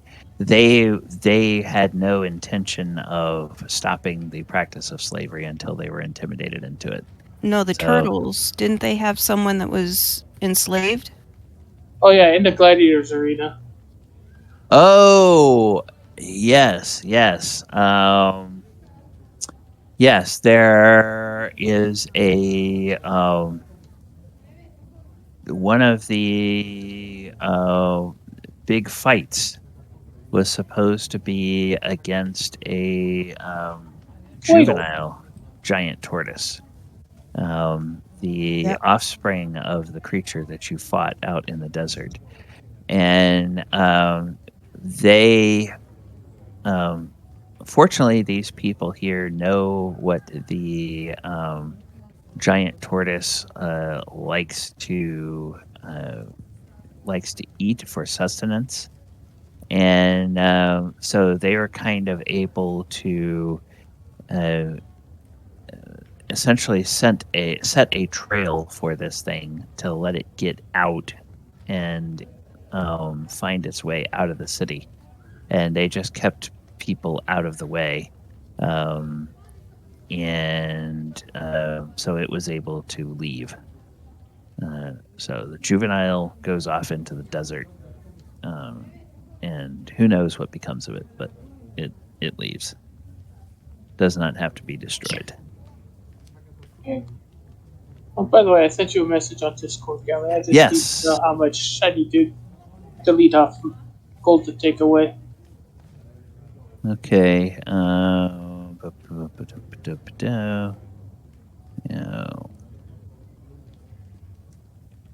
Okay. I will figure out what that is worth. And let Yeah, you but know. besides those three things, Elora is good. She would probably, she wouldn't be able to do it for a celebration because it takes 8 hours and blah, blah, blah. But if someone wanted her to cleanse the area for more food and things like that, she would also do it in this area as well. But that's more of a morning thing to do. Yes, and something that happened while you were away is over here in this brickyard area of the city, a My spring- geyser broke. yeah, a fountain broke up, and it or burst up through the ground, and part of that area began flooding with water. So It's our water It's our water gin friend. yeah, Yay! definitely. Well, I would be happy to know that. Yes, and then of course. Adamant went off and did sneaky things. Better not boil that water. No. Not Of course, that kind of sneaky all of this, things. all this greenery over here in the Golden Golden City? part of the area, that is sort of all of what was King Suleiman's private gardens. There are lots of food crops that are in there, as well as flowers and everything like that. And now that there's more water in the city, some of those can be, transplanted and put in other areas, or that can be kept as sort of a garden to help feed the people of the city. Those types of things. That's all stuff that the various different leaders from the various different factions will be working on as they start to cobble together the new government for Janoon City. That's where Adamant. Yes. That was their plan until Adamant went over there and started fabricating something and accidentally let off a fireball and burned all of them up. Wait, what? Burned up all the vegetation. Firewalls everywhere, What? Why? just in case.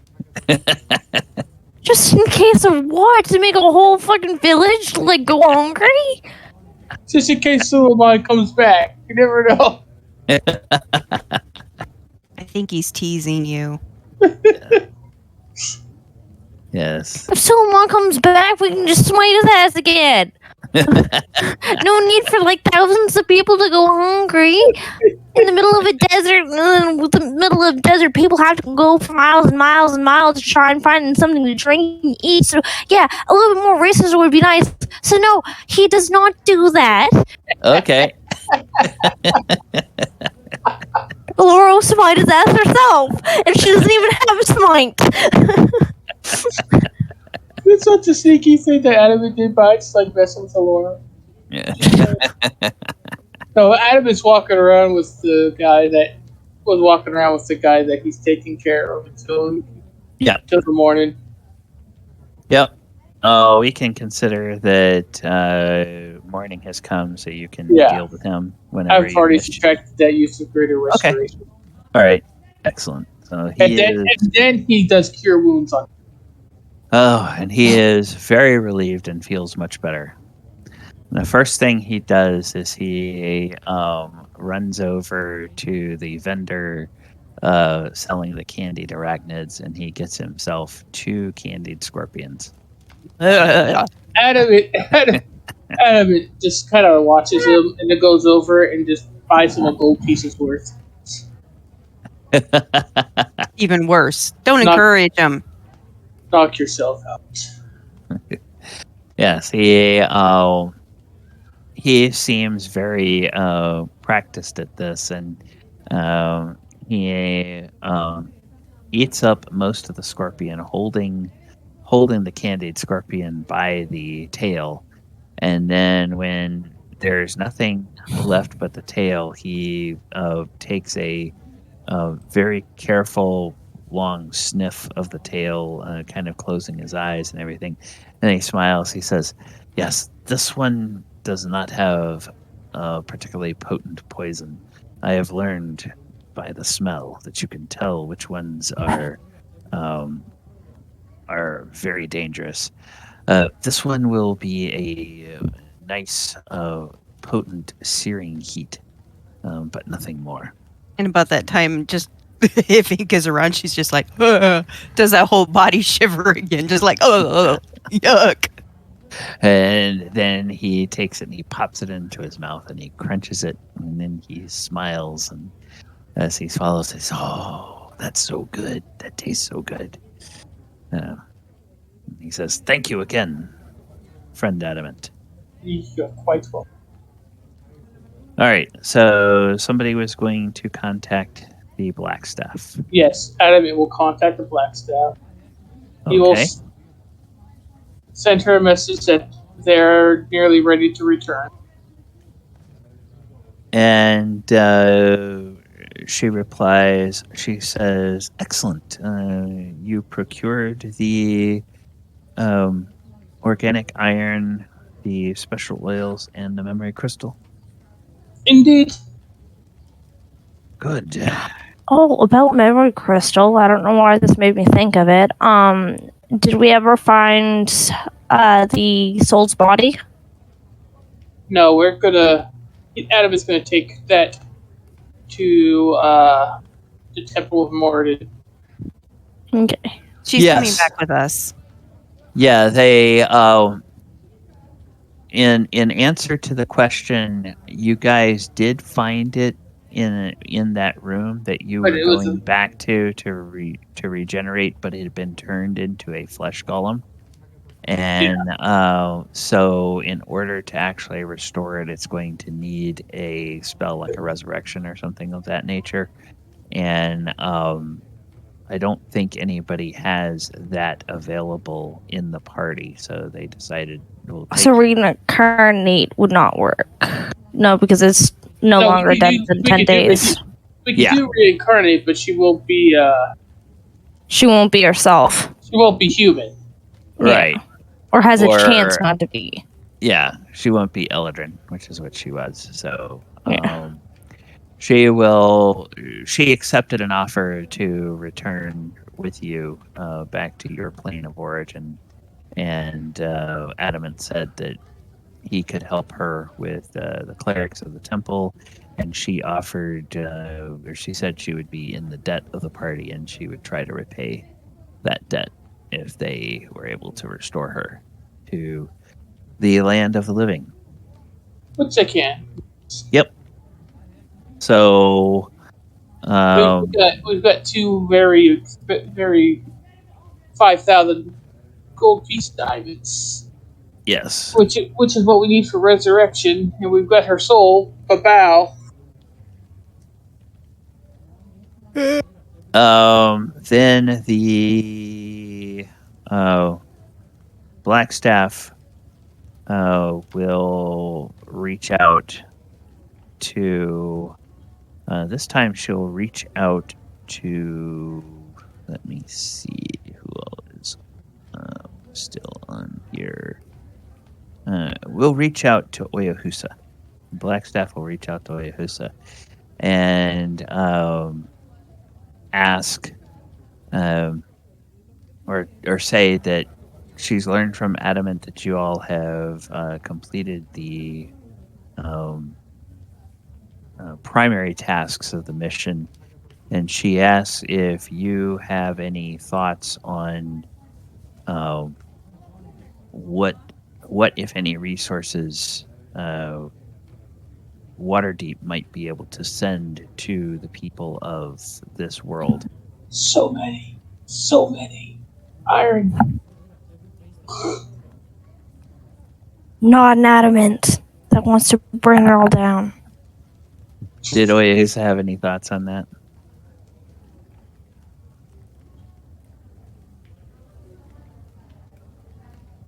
Okay, if not, did anybody else have any thoughts on... They need iron. Hello?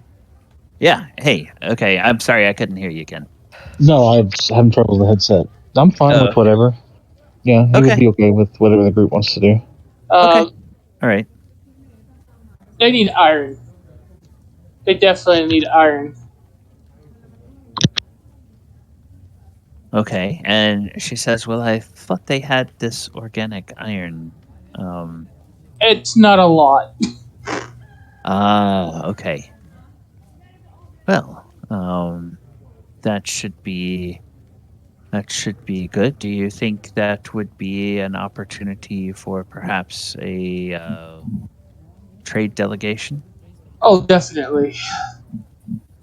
I will put it to you this way. We brought basic iron weapons, and where we would pay the dagger for 4 gold pieces, sold it for 400.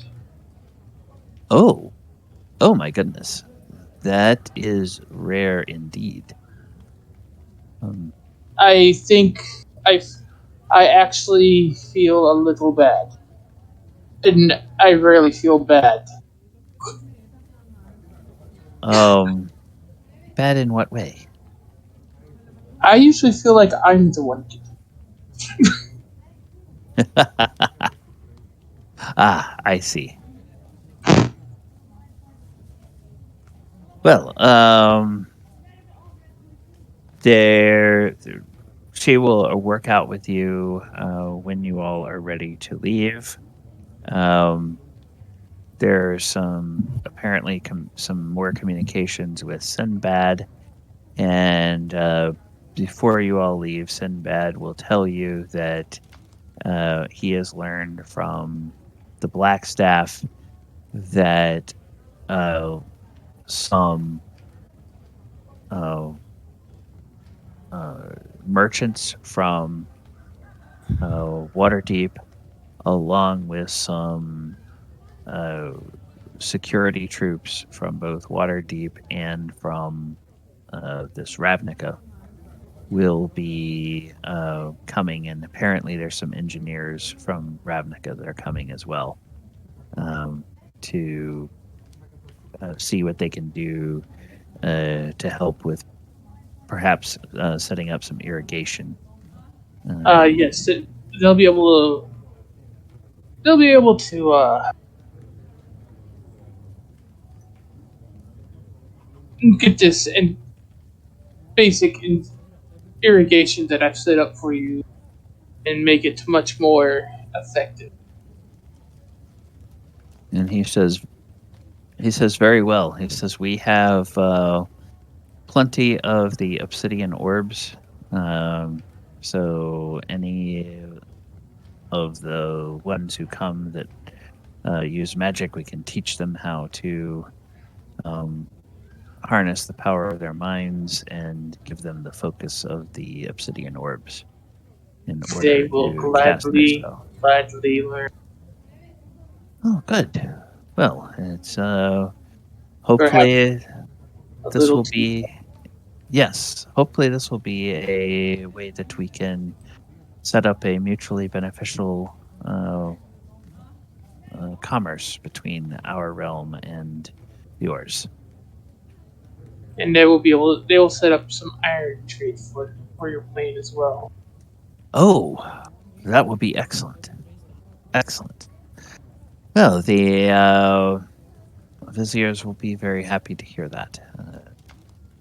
They may be sad about having to actually pay for the services of others, but if they can find a way of improving the economy and bringing more money into the coffers of the city, they will soon adapt. And I will see about getting priests to come as well, more than just Moradin. There are many different gods. Perhaps more gods from our planes coming over will spark your gods. That would be most interesting. Most interesting indeed.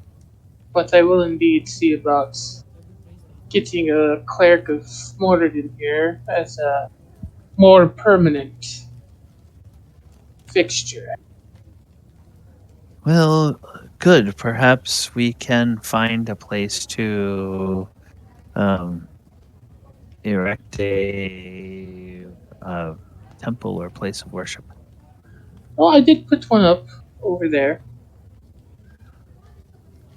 He Oh, points out really? he points out the little shrine you made.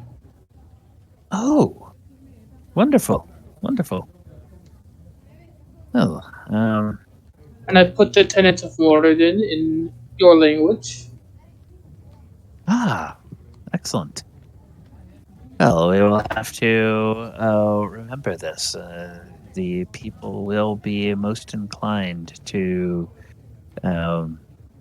learn about the deities that helped to inspire those who came to our aid. Yes, and your village does much in the ways of creation. So Moradin would be quite pleased to have you all as followers, because he is a god of creation. Oh, yes, our artisans and our smiths are very talented. Hopefully they can find some inspiration from venerating Moradin. They would be very pleased with that. In fact, if he could smile, if his face was more devoted, but he could hear a bit of a smile in his voice. Uh-huh. If perhaps one day you could come visit our temple in Waterdeep. Oh, In the temples of Moradin, prayers are done in unison at forges. well, I would be fascinated to see that. We will have to work that out. Perhaps. Yes. He rests a hand on his shoulder. Pleasure meeting you. The pleasure is mine. and then he turns to each of you in turn, and he expresses his gratitude. To Galibar, he thanks you for the strength of your weapons and the power of your might in helping to defeat the foes. To Enka and Elora, he expresses gratitude for your magical abilities and your cleverness and the aid that you rendered to people. And to Oyohusa, he bows and he offers his thanks and his appreciation for your cleverness and your ability to sort of sense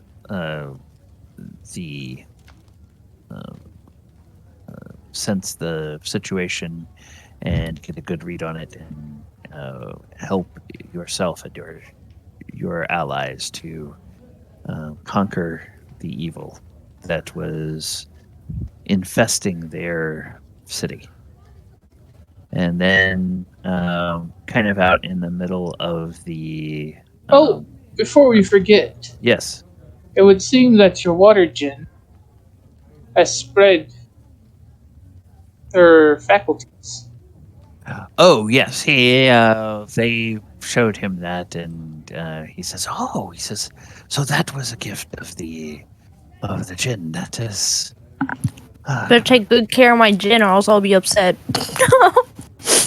Yes, you don't want to anger her, should you? No, certainly not. We will make sure that everyone knows, and in fact, you all see that a portion of the fountain has kind of been set up in a little several stacks of what am I trying to say? Several courses of bricks have been built up into a almost fully enclosed circular wall structure around a portion of the fountain. There is a gap that allows the water to flow out of that and into the large basin and pool that is forming there. But people are going to that little circular area, and they are taking trinkets and coins and objects of metal and everything, and they are making little offerings, and you hear them say to the spirit of the well, and they are tossing in these little valuables. So You've created a literal wishing well.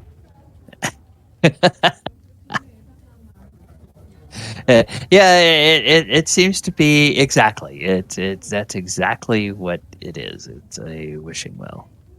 It's a well with a djinn in it, so there's a genie living in it, so it's a wishing well.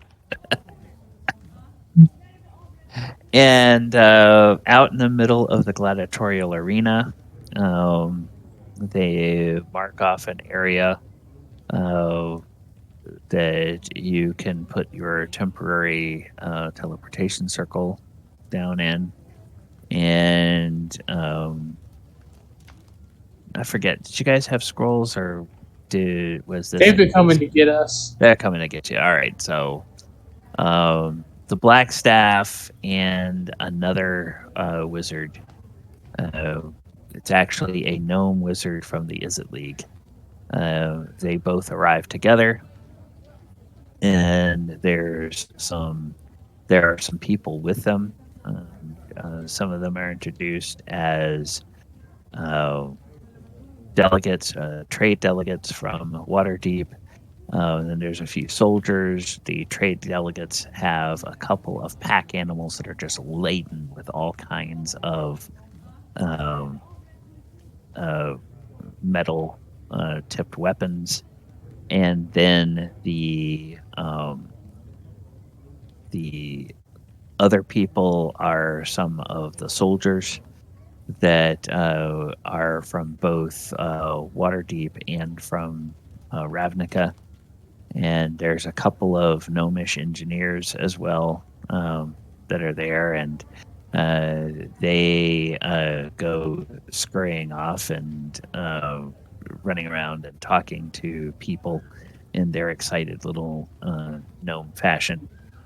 And after the introductions are all made, the wizards make sure that everybody who is going to go back is gathered up. Now that would be the party members, the dragon creature, right?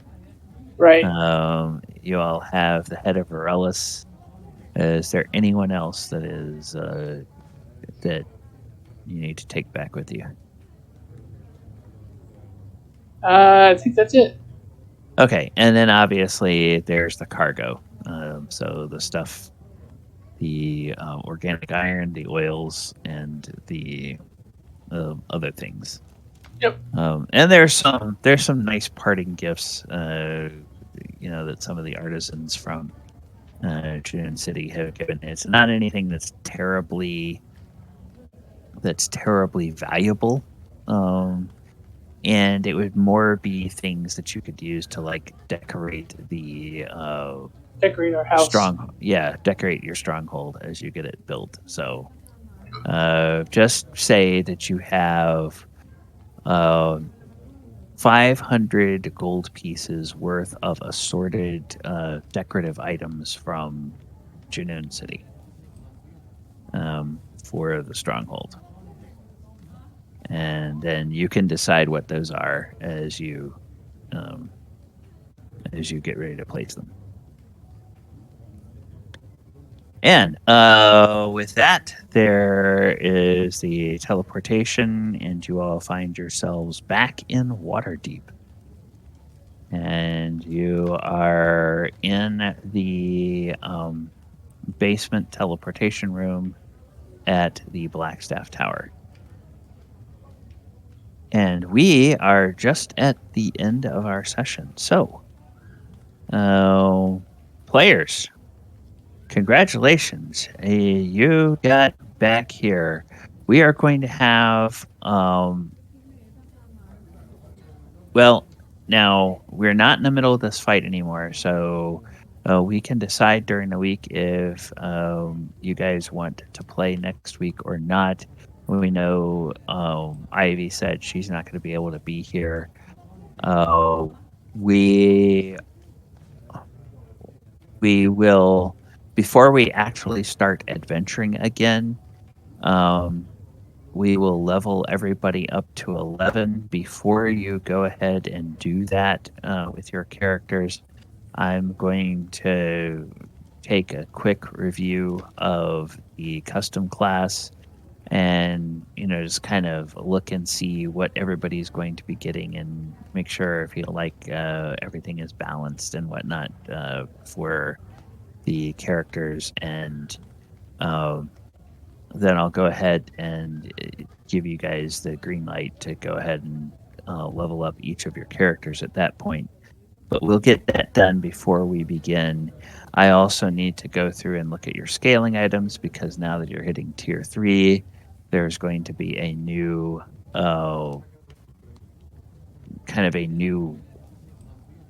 array of things that your scaling items can do at tier 3. And I'm going to review those as well. And just more or less to see that it doesn't look like we have, 4 items that are all trying to do the same thing. That's more of what I'm looking at, as opposed to thinking, oh, well, I made this one overpowered or that one underpowered or things of that nature. So I'm going to try to do that. But I will be looking at, just to make sure it seems like the power of the items is fairly consistent across the board.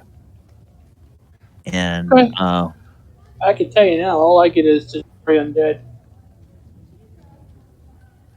okay, I just get my improved Draconic Smite, which adds an additional 1d8 elemental damage to my weapon. I finally get Destroy Undead CR1. I Yeah. don't have a tier 3. right. Well, when I made the items, I created tiers 1 through 4. I was a little bit inconsistent.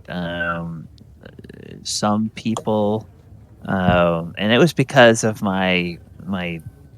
the evolution of my thinking on creating these items. With some of you, I gave you the kind of the draft from tier 1 through tier 4 of what your items did.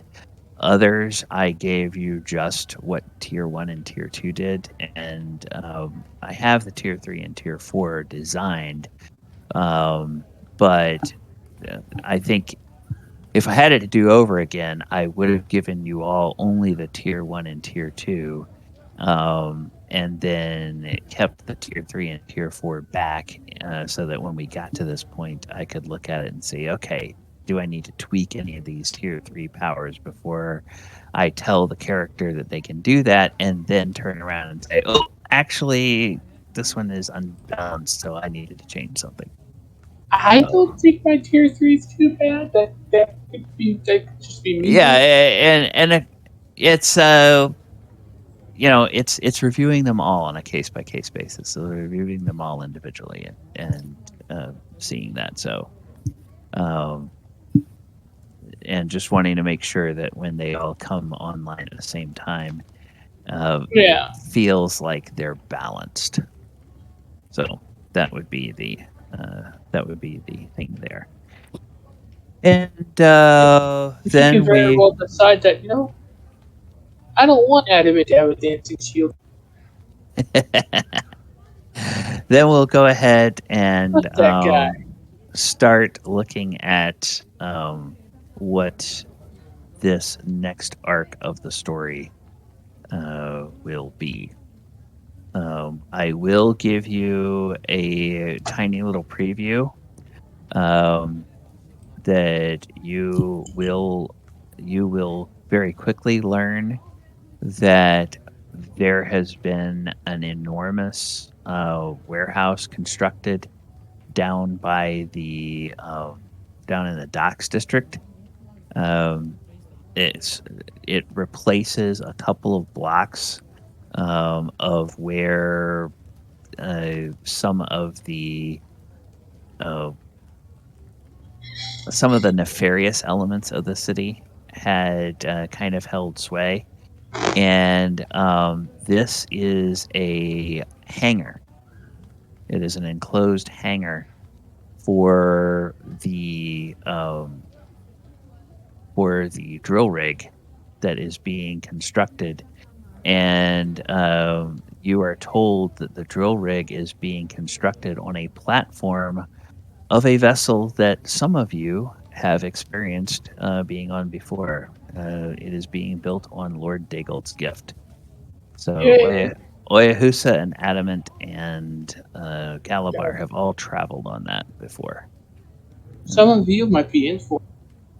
Yes, so it's a vessel that originally was part of the Githyanki invasion force that was commandeered. So it's a vessel that can go both through the air and on the water. And it potentially might have the ability to travel outside of the atmosphere as well, but you guys haven't experienced that yet. So, Galibar has bad memories of that ship. I think he has bad memories more so of a tough decision he was forced to make. Oh, no! He has bad memories. He has at least two bad memories of that ship. We had to kill the Griffins. Well, that was the one I was thinking of, but then I Griffins, remembered nice. there was something else that happened on that ship. That Didn't we get attacked by manticores too? He happily fought the manticores. All right, everybody. Viewers, thank you so much for Did- hanging out with us. Go ahead. Oh yeah. Go ahead. Did we need to talk about next week? Or did you want to wait till after we got off air? Oh, well, yeah, we'll talk when we get off air. We'll talk about what we want to do for next week since Ivy's not going to be able to play. Viewers, thank you so much for being with us. There's once again, it's going to be another week that has some disruptions to the schedule. Tomorrow night there will be a Monster Monday that will go up at 8 p.m. on the YouTube channel. That is a Monster Monday on the Corrupted Giant Shark. We have now finished all the monsters out of Strixhaven, and we're moving into examining the monsters from the Call of the Netherdeep adventure. And we're going to be looking at how you can create versions of the Corrupted Giant Shark for all 4 tiers of play. So you can throw a version at your tier 1, tier 2, tier 3, tier 4 parties. And we are going to look back at the history of giant sharks in D&D and mine some ideas from earlier editions. I think what I've come up with as a tier 4 variant is going to be something that some of you will find hilarious, some of you will find silly, and some of you will find really cool. So, at least I hope so. Shark dude, Grandpa So- Shark dude. Tune in tomorrow night on the YouTube channel for that. Wednesday night, there's not going to be any game because I messed up my reading of dates. It turns out that the U.S. Open Cup match this week is not on a Friday. It is, in fact, on a Wednesday. So we will not have a Wednesday night game this week. I think we will have a Saturday night game because all of the teams are playing their regular league games away next weekend. And then Sunday, we may have our game depending on what the rest of the players want to do, since one of our players is not going to be available. All right, everyone. Thank you for watching. Take care. If you are watching on the Twitch, it would be great if you follow the example of Bifey and subscribe to the channel. Otherwise, a follow on Twitch would be fantastic.